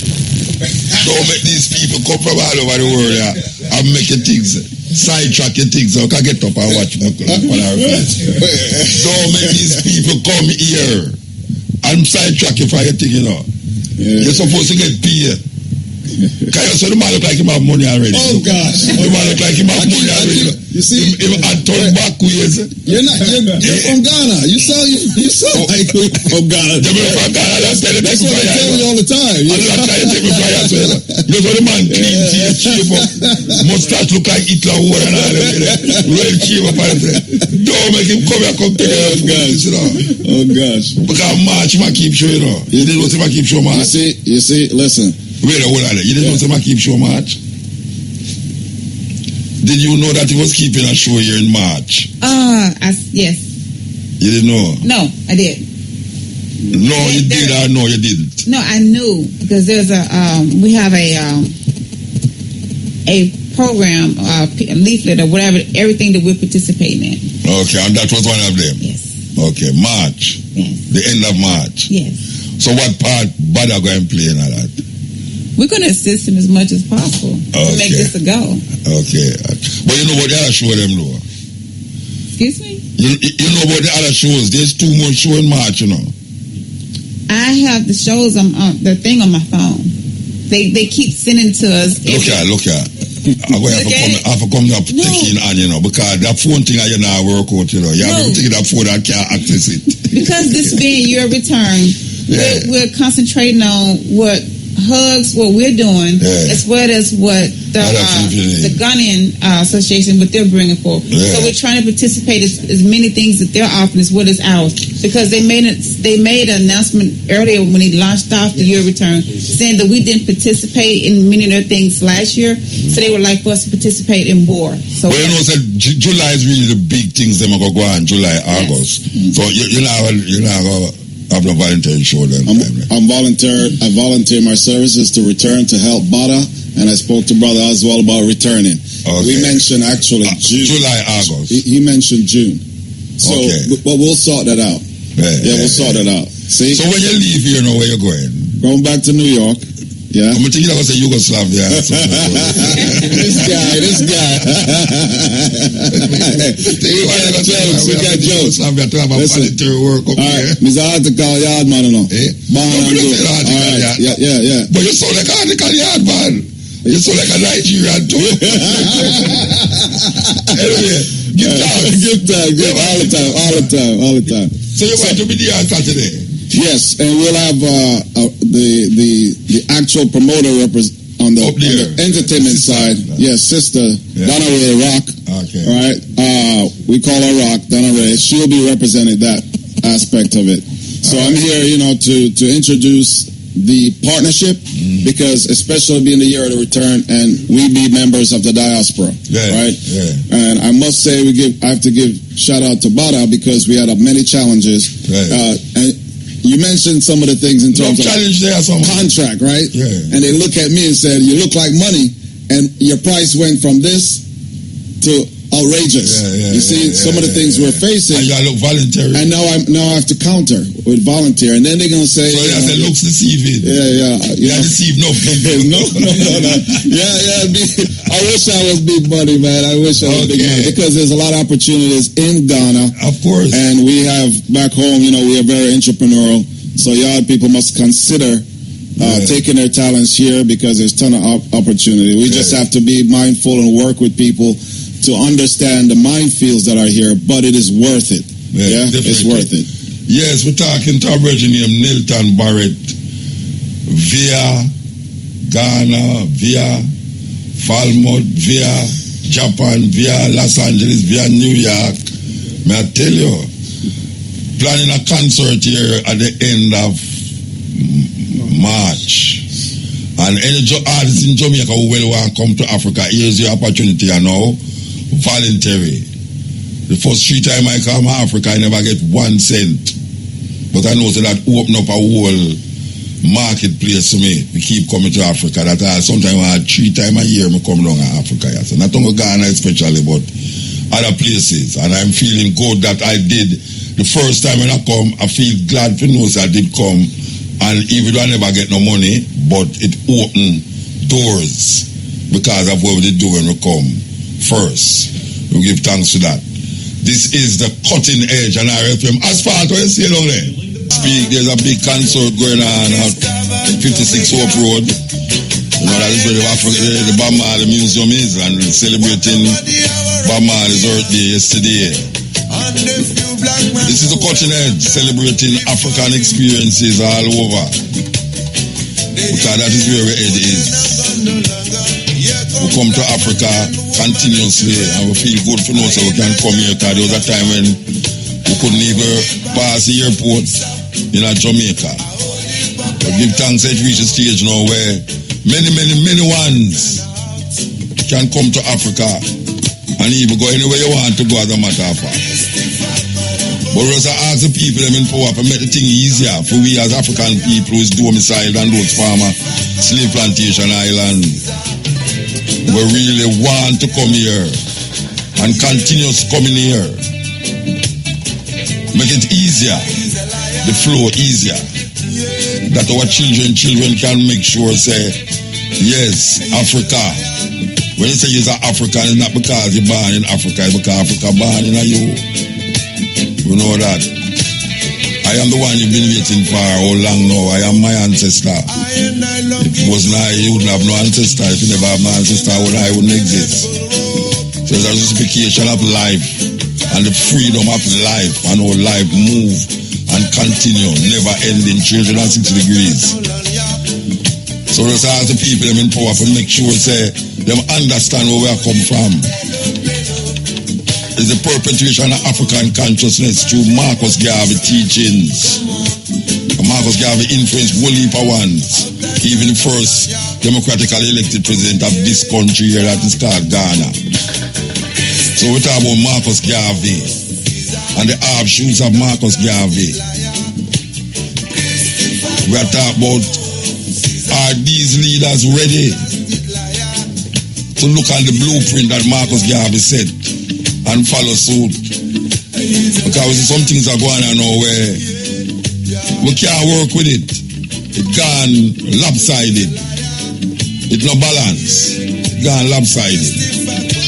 So it come like them still and make Christopher Columbus live in them minds and them hearts. 347-5860. And you can reach me on WhatsApp as well.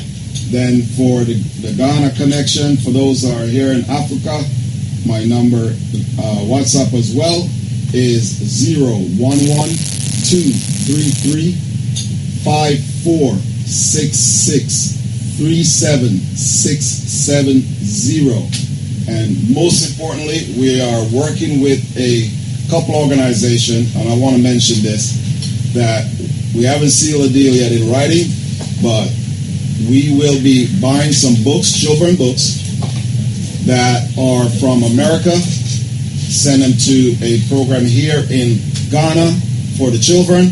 We'll be buying children books here from Ghana, send it to the school or the program in America, where the kids can read about children experiences from Ghana, and America, and the Ghana children can read of children stories and experiences here about America. We'll also be looking for a program in Jamaica to do the same thing. I have a brethren in England. I'm going to come along Sunday. I think he might come along, and he have a series of books, children books, where I deal with Papa Marcos,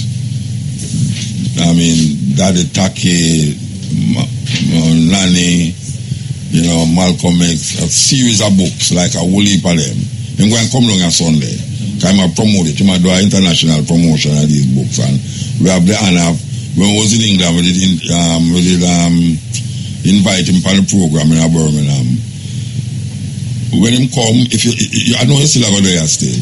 When him come, it's really nice to link with him. Yes, absolutely. Because I'm going to write, I think I'm going to end it at the end of March in Jamaica.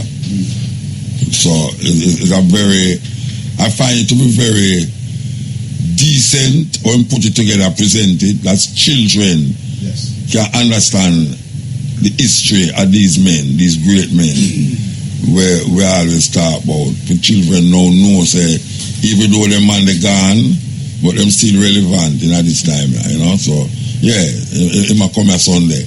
Okay, so we'll talk to this brethren now. Let me say, go on, so. So you look like Idi Amin.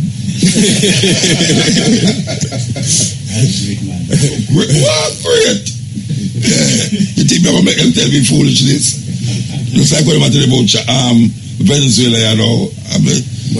Where's the for go on this or Ara? If you say so? Oh, I know him at all. Oh, I think that tell him must go on this. Okay. All right. I said Mr. Mills to find his song, but he's not finding it. Have you got it? Okay.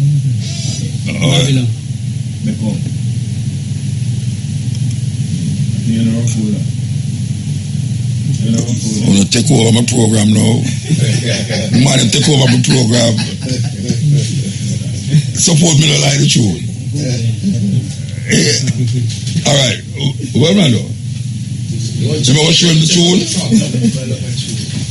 Oh, they didn't tell me that, man. That's not dead here, the thing, man. I dead here, the thing. I look for tune, man. Dead here, when I work with dead here, Okay, so I could go and play a tune till him can find the one tune where I look for. Listen to Virgin Jawai, who will be on the show Saturday. All right, Jawai. You're Ghanaian? You're Ghanaian? Yes. All right. Not your first. You have an album, you have a CD? Yes. So you're not giving me a CD. You know why you get pirate then? That I have it before you leave this time. Yeah, man, I have to give me the CD, man. Because I would like to play them tune now where, not get no ear play at Jamaica, but when they will play people at other places say, wow, I like that tune there, Thank you. You understand? All right. So you don't have to take up enough time for the show, though.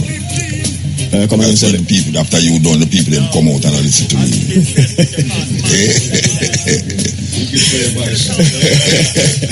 Now come on before you, come here while when you don't, nobody knows they play at the place.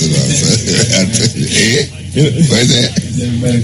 Yeah, you know what I mean? I hear the people that you are the star, you for come on last, you see what? And people do that. Bored and tired and sick. And them say, be careful, wait till the boy boot and me love you, but be careful. God. All right. So, How much album you about there? Tell me how much. You have one album out there. I'm working on a second. I'm working on a poetry album as well. You're a poet too? I'm a poet. Come to my work. Actually, we started out as a poet. Oh yeah? Yes. So why you make the transition? I mean, with some of the people here, it was hard to come across as a poet. So like, I realized they listen to you more if you sing it. Oh, them say you sound like Muta. You supposed to sound like Muta, right? Them say you sound like Muta, man. You have to sound like Muta to be a poet. Well, I've always tried to toe my own line, not necessarily like I've been influenced by some of the greats like you and Kwesi Linton Johnson, and and it's for me the growth has been exponential because I've exposed myself to people who, I mean, think on those levels. It's really been an honor. So you have any big hitters in a Ghana you have people can recognize, like as them hear them know say. There's one tune, Makuma Safwa, but like everywhere else, like the people who attack the real things, them always kept underground. Who said that? But man, not kept underground. But man, I mean that thing, the man in Ghana up like Burning Spear, Peter Todd. Yeah, but I mean, as things are going now, it's like you're saying, like no. They don't want to hear some kind of content. So how does that affect your ability now to move forward lyrically? How does that affect you? The only way it affects me is like you're saying, the dividends is not as much as somebody who's doing slackness music. So, but for me, it has never really deterred me from saying what I need to say. Okay. Because I feel like if all of us are towing the line, who's really going to do the proper thing? So for me, it's always been lyrically. I've always tried to put a message out there, like you said before. The mic is a very powerful tool, and for some of us, it's really been about the message from the onset. So. Apart from Ghana, you tour across Africa? Yeah, I've been to South Africa. Oh, yeah. You never left on Ivory Coast? I've been to Ivory Coast, yeah. Ivory Coast, Nigeria. Festival. But them never keep no last year. Abi Reggae. Yeah, you never left on Reggae. Never left on Reggae. Yeah, because we did the most, from Itakeep, we did it, Abi Reggae. We see Black Rasta come on. Yes. Black Rasta the boat? It's the boat. There's been a problem with their radio station. They just took it down. Why they burned it down? They took the owner of the station owe plenty of people money, so them closed down the station, try to sell it off, and with serious? Yeah. And if Black Rasta without a job? Black Rasta, I'm not going to stay out of the job too long. Him a tour. That's him a tour, no? Yeah, him a tour. So you go South Africa? We go South Africa. We go Mozambique. Amsterdam. Amsterdam in Africa. Our places are played. So I'm trying to. Yes. Johannesburg. So you tour. You tour with a band now, you just. With a band, yes. With a band. Yeah. I like the live, prefer the live thing. I never really do playback. Yeah. But that good man. Thank you. As the first I hear about you still, well, I'm not surprised because I live in Ghana really, and I only for that artist them right now where in Jamaica we come from Africa is the Afrobeat. Yeah. Where do you know the Afrobeat? Oh, I mean, I've also been inspired by people like Fela Kuti, who never really know, he's never held back from speaking to power or, speaking to issues that really concern African people. So I think, like every other musical genre, Afrobeat is also now heading towards the slackness side of things. But Afrobeat in its inception was very radical. It was very... I think the nearer I get to the dancehall music, the slack I get. That is what I say. True. I mean, people will beg to me about that, but that is what me I say, because I have played Afrobeat on radio station in Jamaica for years before I only one what about Afrobeat now this band. And when you play, people are saying, well, Muta play tune, I don't understand the language. I'm going to say African music we are playing, I don't know if you understand the language, because sometimes when we go to Europe and I talk, them don't understand our language. True. But there's a vibration to the music. True. But right now I say, there's a fusion that go on between the Afrobeat and the dancehall. Yes. There's a lot of collaborations happening. Yeah, but the collaboration, it kind of strenuous. It's strenuous because, this is Afrobeat, I don't know if it's dancehall, I don't know if it's Afrobeat, unless you hear the lyrics. And sometimes the lyrics now is where I got to decide now if you really like the tune or I don't like the tune. And most of the lyrics them will come out of Jamaica there. Leave much to be desired. True. And the youth them I say like anything come from Jamaica, them will stop it up. I don't understand what is this Jamaica thing. where Jamaica have this grab and hold upon people. So the nastiness, everybody want nasty. Me can't say it on the radio because I go on IRFM, but me go a clash upon Damian Marley, welcome to Jamrock Cruise. Our Italian sound system depend the cruise. And them have the clash. And you know, there's a thing in Jamaica now where they might tell you about your mother. If you lollipop your mother, you must know what I talk about. Nobody else don't know what lollipop your mother mean. Right. So, what I say is that this Italian sound system, brother, now, feel like say true, and that everybody has said to everybody in Jamaica, him could have say it to Jesus. Who said him to say it? You know him lose it. Him did not go on good, you know. Because everybody has said yes, and all Mataran, you know, say Mataran a big selector, and the man say yes, and whatever one name again, and no Renaissance, BSRC. And the people might say, yeah, the white boy, they might go on good.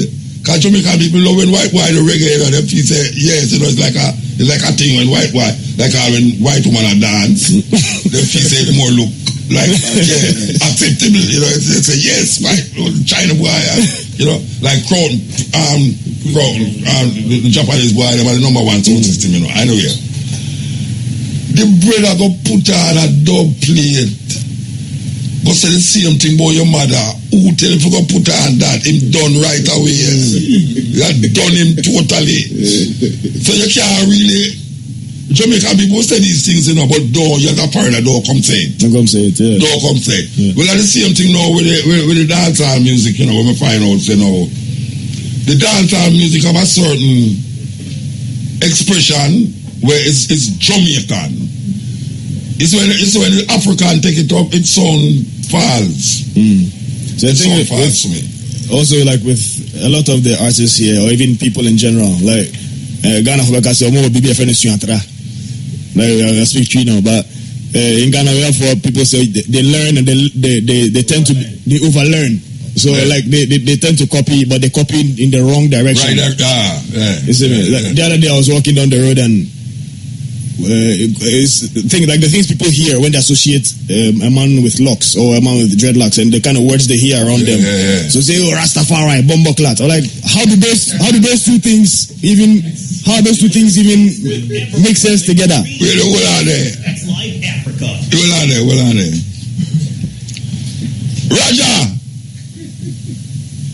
Raja. Yes, motor. You press the button down there. It cost me in time. Yeah, but you're dumb, man. You press the button. You're dumb. What is it? Motor. Yeah. They say you're dumb. It's dumb. So you don't come on down there then? No, sir. Okay, all right. But you never press the button. So all you know say never come on and never press the button. Motor. Yeah? No, I say, oh, you know say never come on and you never press the button. You not hear me? Anyway, so like people have taken that word to mean a greeting when they see a Rastaman. They've substituted whatever else they are thinking to make that word become more like a greeting when you see our next man who have locks. But it's all due to misinformation and that's what they keep hearing in the fala fashion. See, so that's what I'm trying to address with some of the lyrics that I put out. I'm not saying that we don't address issues with an aggressive tone, but we don't necessarily need to use certain words to express ourselves. Can I say, I go to Japan, you know. I say it all the way. I go to Japan and I want to see the scene, Japan reggae scene, dancehall scene and thing. And set up in a nightclub and them say it's early now, you know. I say early, 11 o'clock now. I say it early. So you don't know, so I saw dancehall stay at 2 o'clock. People just come. I say, all right, when I follow Jamaica, I go on. I stand up there.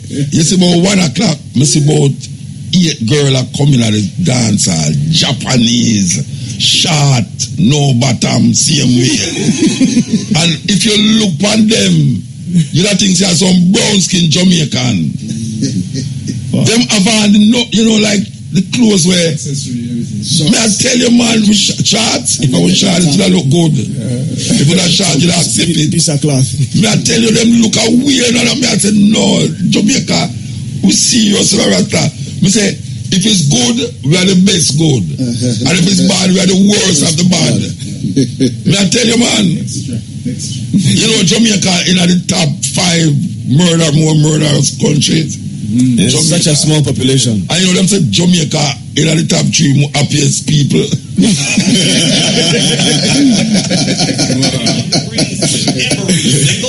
This is X Live Africa. Yeah, anyway, Asphalt. Yeah, you hear me? Yes, Motor. Me ask you something you never listen to me. You never hear me a while ago. Yeah, man, you say you have to press the button. Yeah, what you say? I press my dump it. Oh, I don't man, because you could have sleep long that never hear the youth a while ago. Because he might talk to it like it's a greetings. Yeah. He might talk like I saw we greet one another. You know what I mean? Anyway, so, all right, so you are kind of an established artist in Anya, so you not say. I wouldn't say I'm like an A-list artist here. No, I'm still building up my rep. But I mean, it's a journey for me also, No man, I say one some Ghanaian artist, Yeah, for sure. We link up right after. So Yeah, man, I saw him bumping the head to the tune, so I know him like it. Yes, I like it. No, make him come explain. So you look like money. Dollar sign. Don't make him Give some CDs. Hey, it's a Jamaican. Watch them come like Nigeria. Don't make him come here. Come exploit. Oh no. You understand? Yes, sir. Yeah, you must get paid for the work. Don't make him come here, come tell you to say, you assist 500 children at Jamaica do have no hand. And they will have put pathetic hand for them. Say about keep sure. Don't make him do that. I think you want to see my drive Mercedes Benz. Like the evangelist them. They have some reggae evangelists about the place, Straight. And reggae promoters, evangelist promoters, I'm flying a private jet. Oh gosh, man, if I promote show that they say 50% of the contribution will go to the arms for the needy. And when you look to right you see them in a Chris brand new Mercedes Benz. You understand? I see them in a big hotel and flat with all the girls them. True. In a them panty and brassiere alone and walk and dance. Because when no woman I wear panty and brassiere go dance now. And there's some black people reach, Oh, wow. Black people reach the most decadent part of everything. From black people there upon earth. Now you should have seen what them away go at church these days. They may not see them, man. For see what them away go at church. Some girl a go a party in a panty and brassiere. Yeah, I've seen it before. Panty and brassiere, them a go a party, And only love it, Especially some lax man, them. The lax man, they love it. That's why they love it, Asphalt. Yes, Motor. Oh, me call Asphalt from 4 or 5 times and I'm not answer my bridge. Motor, we're there, man. Yes, man. You must say the thing Talk to you, man. I get involved in the program. Yes, sir. You hear me say now. You never see the girl them go a party in a panty and brassiere yet. You ever see them yet? Yeah, man, all the time. But you don't go to them, guy. No. So you can't answer. You have face the Jamaican brother up here, say. You have face the Jamaican brother up here, say. What him say? Him say, boy, him in the studio with one now, that's why he can't answer. And Jamaican boy after that up here, And if you ever see me like, well clean up there, well clean. But him a look volunteer, him a look volunteer artist. You hear him do that talk? No, me never hear. Man, you out there trouble the operator, telephone operator. No, me never just hear my while ago, but me hear earlier talk. Who are the telephone operator out there? Tell me, what's your name? I remember her name. It's why a new girl. She vexed when you said that, don't you watch? She vexed when she hear you say that, don't you? What are the new girl there? Yeah, I don't remember her name. Imagine that's father called me new. Anyway, We have a bridge inside us, so. You have to take a break now, Motor. You have to take a break. All right, take the break then. Take the break. Yes, man called Steve Marley, made in Africa. Sweet music, man. I can't believe so in a studio and I look out there and I see sun come up, you know. Believe you me, the place bright up outside. It's Africa. Africa with there. 5 hours ahead of Jamaica time. You know, all I wonder about is when people say the world are going to end. And I'm going to tell you, say the world are going to end, and I'm going to tell you the conditions where the world are going to end in. I say, but one to the people, them are 14 hours ahead of the next country. And the next country, 14 hours ahead of the next country. Like when you say New Year's Day. New Year's, people in Europe start celebrate the New Year's Eve long after when them done bust them fireworks and turn up them this. You still wake up and say the New Year's Day yet. There's a confusion in a room. The system set up away. But the sun will come up. The African sun will come up. And we still there. You know, so we know say dark up there now asphalt. I look for go home. Asphalt we give thanks, you know. We give thanks for Vita, you know. Vita call me, you know. Vita call me. I never know say Africa me there, you know. He might ask me how far me reach by the highway. So it's a regular thing be where I go. He might always call him from the highway and say, Vita, you ready for me juice them and thing? Vita not hear me a call, you know. Vita call me and say how far me reach by the highway. Vita is a different highway with the party, you know. Believe you me, at 24 hours to travel for reach us, so you understand? 5 hours in a one airport of Florida, 5 hours in a next airport in England. And we are talking about 9 hours from Florida, not to mention the Jamaica one, but 9 hours from Jamaica for go to England. No, sorry, 9 hours from Miami for go to England, and 6.5 hours from England for come over here. So you check the mathematics, how much hours, and then we come to this 4 hours here, so now. And you know, me can't sleep, you know, because I see sunshine and shine out there, so now me can't sleep because I'm going to sleep, nobody can wake me. If a man ever call me in a room, I always say, I can't chat so bad like that brother a while ago. We want to apologize to the listeners them in Jamaica because we know to the up here, so it just gone and nobody not check it. We want to apologize to the listeners them in Jamaica for the words where this African virgin just say. The Jamaican, beautiful Jamaican words where them don't like here in Jamaica, but we want to apologize for it. Because we know how that system they set up. So, yes, it was meant, but him said, and we never even know so that never happen. You understand? So we apologize for that. But to me, it was a nice program. I really feel good to know so the bridging them in the radio station bring out the things. So, my bridging look like Idi Amin over there. So, if bring out the thing nice, bridging give thanks, you know. Yeah, man, I tell them over me, you know. I push up button and I push down button and I like me can't do it myself. This thing where we have now the studio bigger than this, you know. See that where we have now the studio state, so. And the man set up over me like me can't operate the thing, you know. But I don't know, I'm glad to say that still. We feel good, celebrating, really connect up and set up long before. I can't really worry too, you know. Yeah, me not worry, but them me say, sure, them youth know anything, man. When me falter, them just know. Because my daughter teach me how to use Hotmail. And me see some little people use things up on cell phone that me I wonder how them get to learn that. And they never go to school to learn that. And my brother, you know, why so we look like Idi Amin. He might control the live stream with them little camera that so. You don't live stream now. You don't know. Why? Eh? It's okay. Okay, you get enough. Alright, belly full. Okay. We want to give thanks to no brethren. Yeah, man, give thanks. You understand? Give thanks? Okay. I should give thanks. No, I give thanks to you. Oh, to okay. you. So it's for the car. No, now we are not English. I don't understand English. It's an honor having you in our station here in Ghana. Yeah. It's an honor being here, man. Exactly. So, and they will do it again, a little more from this. Exactly. 7 o'clock. Jam this Rock, time, East 2 Legon. o'clock. Which part we go? Jam Rock. Where that? It's East Legon, close to the airport. Oh, yeah? Yeah. It's a Jamaican restaurant? Yes. Okay. Jamaican restaurant, yeah. So what am I having there? Where we are going there, so?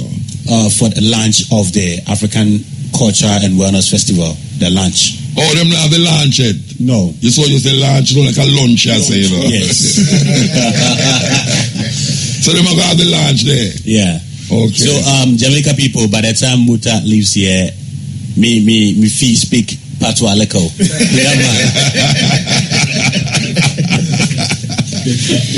You know, so if I say only for Africa, who are going to Jamaica. Can you imagine if you want to come Africa, they want to go to Jamaica? You know that thing? Because I think that by next year I should be in Jamaica, I should be on IRA FM as well. Next year? Yes. All right. You say when you come to Jamaica, you call me. No problem. For you reach at the airport, just ask you know Mutabaruka and let me tell you which part I live. Right? Just call me and tell me say you come. Yeah, me take care of you. No problem. Understand? You have somewhere to stay. See my yard with my wife and all these things. You understand? Yes. Matthias here. What that mean? That's I understand you. You understand? You sure? Yeah. She language. Yeah. Oh, yeah. You know, it's a whole part of the language that we talk at Jamaica come from the language, eh? Yeah. Yeah, Miss Lou said that, you know. Yeah, Miss Lou said that. So which nation you belong to? I'm a Ghanaian. No. Well, a tribe. You don't want a tribe, but which tribe you belong to? Oh, okay. Sefi, in the western region of Ghana. Oh, yeah? Yeah. The language I speak is also spoken in Cote d'Ivoire. In Cote d'Ivoire, they call it Agni. You know, the president, the prime minister of Cote d'Ivoire is Akan. Yeah, the first prime minister, Fufu Boigny. Yeah, Akan. Yeah. The Akan, Cote d'Ivoire and Ghana seem to be connected. Exactly. There are several languages spoken in Ghana that is also spoken in Cote d'Ivoire. Oh, yeah. Like Bono, Agni, Nzema. Okay. Exactly. Same food. They eat acheke in Cote d'Ivoire, we eat acheke in Ghana. What is acheke? Tell me. It's made of cassava. Oh, okay. Them beat that matter. Them beat it. No. Fufu. Fufu. Yeah. Oh, we have cassava, we make bami. This one come like couscous. Okay. Yeah. I know there's something down with a bolga down here too. Say that again. Bolga. I bet you that show me that when the last time I come in, I'm a bridge. Oh, me not see when me just come till, but white rice and shea butter. You know shea butter? Yeah. You never eat white rice and shea butter yet? Okay, you can use it to cook what we call awamo. Yeah. And the north they use it for wachi and stuff. Like yeah. Because you can replace it with oil. Shea butter? Yeah. Replace it with oil? Yes. We were actually taught that we should stop using shea butter, coconut oil, and palm oil in the 70s. I eat that. Watch a They came man. to convince us. Them try convince me that Jamaica so must stop near Aki and stop near coconut oil. Yeah. I'll let them kill all of the coconut in Jamaica to make we use canola oil and them old dirty soya oil and all them something. Now it's back. Now the world has realized that coconut oil is healthy. Okay, so Muta, let me take this opportunity to also talk to people in the diaspora that like around this same time is where I do my show called Good Morning Africa, where we talk about issues from all the continents. Yes. So when we don't have to know your start. So today I can't because I'm exhausted. Okay. But tomorrow around this time, you can tune into Yes Live Africa and listen to Good Morning. We talk about GMO. We talk about diaspora issues. I actually have a whole show on diaspora affairs called Diaspora Dialogue. Yes. And we have a show also on natural hair because our girls changing their hairs with chemicals. So we bring women who are keeping it natural in the studio to celebrate them and encourage them to also attract the young ones in particular to also go natural. But you know, it's some fat woman nowadays, you know, I think there's a fat woman you go to bed with, and when you wake up, there's a maga woman. She have to take off her bottom, she have to take off her lip, she have to take off her breast, she have to take off her long ear. I mean, black people, well, I don't know. You see, what we went through during slavery, those who were sent away and those who were left on the continent, we suffered the same thing. Yes. Yeah. Trauma. We hate our skin, Malcolm X says, who told you to hate your nose, your skin, your mouth, and all of that? So it's education, like what you're doing, what we're doing here, that will change. And gradually, people are getting it. And of course. Most importantly, the Jesus image. You understand? But these days... If you don't have Ghana, you do. Yeah, but these days in Ghana is changing gradually. Now I go to my Facebook page, and the first 10 posts I see, people are questioning Jesus. People are questioning his existence. People have now moved from whether he's white or black. People are just saying that if he existed, why is it that when they mention his name, it doesn't happen? I hosted a guy here who said he doesn't believe in Jesus. He was debating a Muslim. What may I say? Most of the wars that has been fought in the earth is fought with people who believe in some religion or something, right? Now you tell me when you say no, back up where you say no when you say a whole heap of the murder we are going is people who don't have no religion. Okay, so we're talking about two different killings. From what the brother was saying earlier, right? It's a big religion. About for us, people in the diaspora, our people. Yeah. So if you go into Chicago, it is brothers killing brothers, right? But most of them believe in our religion. But most of them don't even go to church. No, you don't have to go to church to believe in that. But here's the thing. Okay, what I'm saying is, right, we're focusing on religion itself. Yeah. But I'm saying that education and giving us a bond, a connection, right, to instill in the youth a connection to your brother and your sister. Yeah, but most people who do that use a religion to do that. Muta, okay, so I have a response to that. Mm-hmm. In Ghana, you being just fair, your skin being fair than me, the two of you here, okay? When a Ghanaian child or some adult meets you, they call you Obroni, mean white man. Plus your accent, they call you Obroni, okay? And they think that if you are coming from the States, you are living a better life, but maybe you are even running away from police brutality. But if you tell them, don't run, don't go to the States, let's stay here, he thinks that you are lying to him because your skin makes you look closer to that of Jesus, the Jesus they painted to us. You understand? The majority of Africans don't want to even listen to Pan-African issues. They think Pan-African is linked to paganism. But then they live in religion. You understand? So for me, and with my about 6 years working with diasporan people in Ghana, what I've realized is that the more somebody throw away religion, the more he sees his brother from the States, from Barbados, from Caribbean, being one with him. I find that too, that most people who understand. So come in contact with on the continent, religion is a big problem. Sorry. I think that the focus is not really much about throwing away Christianity or religion. That's what the confusion is. But where I understand him is that if we begin to educate the people on the values and the cultures of people, it will itself in a way eradicate the religion he's talking about. So it's the process of emancipating the people on the values of the people, the traditional values. In our education, the more you give the people the traditional values, then you are telling them to move away from this one, which was imported or brought to us, and stick to this one. Okay. So at the end of the day, it is the gradual process of bringing the people back to their roots. So let me give you an example from our educational books. Okay, in social studies, we have a subject called social studies in Ghana, and in social studies, can you imagine? A question goes like, define the term colonization. State 4 positive. Look at the wordings. 4 positive benefits. Positive plus benefits of colonization. And let me tell you one of them. Oh yeah, me about that, me about that. One of them is that colonization brought Christianity. And that is a benefit. What did Christianity do? Christianity helped Africans to stop human sacrifice. Which religion believes in human sacrifice as Christianity? But they are saying that one positive benefit of colonization is Christianity. That Christianity stopped human sacrifice. Christianity stopped Africans from worshipping idols. Africans didn't worship idols. Pouring libation means that you know how life starts and how life ends and how you. So it's a cycle. But that's about Native American them too. Come again. Them never understand the culture And spirituality You understand? that defines So the the moment culture. you begin to teach the African to be the real African, as he said, automatically Christianity will die. Well, you see, that's the difference between religion and spirituality. There's a difference between religion and spirituality, as his Majesty said. Religion is a money maker, is a business. Yeah, of course. And it's a business. And it's making our people poor here. It is making Africans poor. And not only poor, but ignorant. It's wretched. retarding their growth.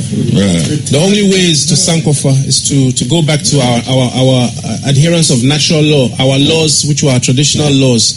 That's why our rivers were clean. That's why if somebody did something without somebody witnessing it, you still had your conscience that I've done wrong, I've been seen. Today, somebody can hold a Bible in court and claim that I didn't do it. But in our traditional African religion, there was a system that held you accountable. You have to offer your brother food to eat. These are high human ideals, which don't exist today as much as we've so-called developed under Western ideology. So the only return is back to Africa. If we had our ministers going to swear an oath at a shrine that they wouldn't steal from the government and go there with their family the same way they go to parliament during the vetting there wouldn't be any stealing in Ghana. But that our natural law has vanished, so people are not accountable anymore. I mean, you can just hold... Most of them follow Christianity. Yes. Most of the people who oppress me give credence to Christianity. Yeah. Most of the people. And our people don't understand that in our traditional religion and our traditional spirituality was an adherence to all these things that these new religions are trying to give us. You understand? So we are seeking in our traditional, in our Christianity and stuff, what our traditional used to give us anyway. And we had orderly society.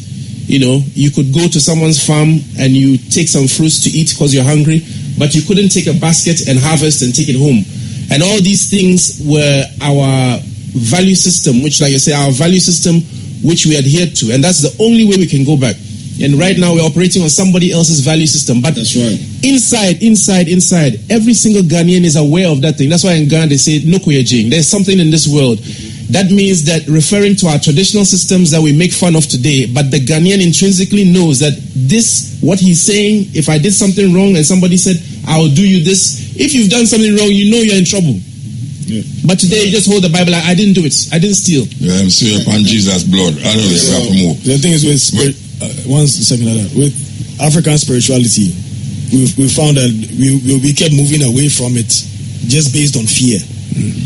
And they've instilled so much fear in Africans of their own practices and spiritual hedonism. Exactly, and they just point a finger at it and give it a name that they don't even understand, fetish and all kind of. So my thing is, there's nowhere else in the world that indigenous people have been convinced that their traditional practices are evil more than Africa. Yes, because you can't go an Indian man place and tell me he can't go his family shrine. You have about 13 million gods in India. Yes, you can't go to Japan and tell the man that they don't go to your traditional shrine. Them see the emperor's god in Japan. And you mentioned those examples, and this is what I'm coming back to. We talk about values, right, or virtues. Ultimately, virtues. If you don't protect, like Japan protected his culture for decades, even after being bombed, right? Being subjugated. They still found a way. The Japanese prime minister goes to this Shinto shrine, the World War II shrine. Even though there's such outcry from the entire world about him going there, he still goes. They know the value of that spiritual practice. Well, it's the same thing with these other cultures we're looking at. It's only our people, for some reason, do not build anything in place, whether from any institution, and say, let's protect our value system. Because in Hong Kong, for example, you could not have a Western movie in the theaters. So it protected its industry until it was strong enough. So you may have a few movies now, right? They did that for years. You cannot own anything in Japan, even though they were bombed and subjugated, right?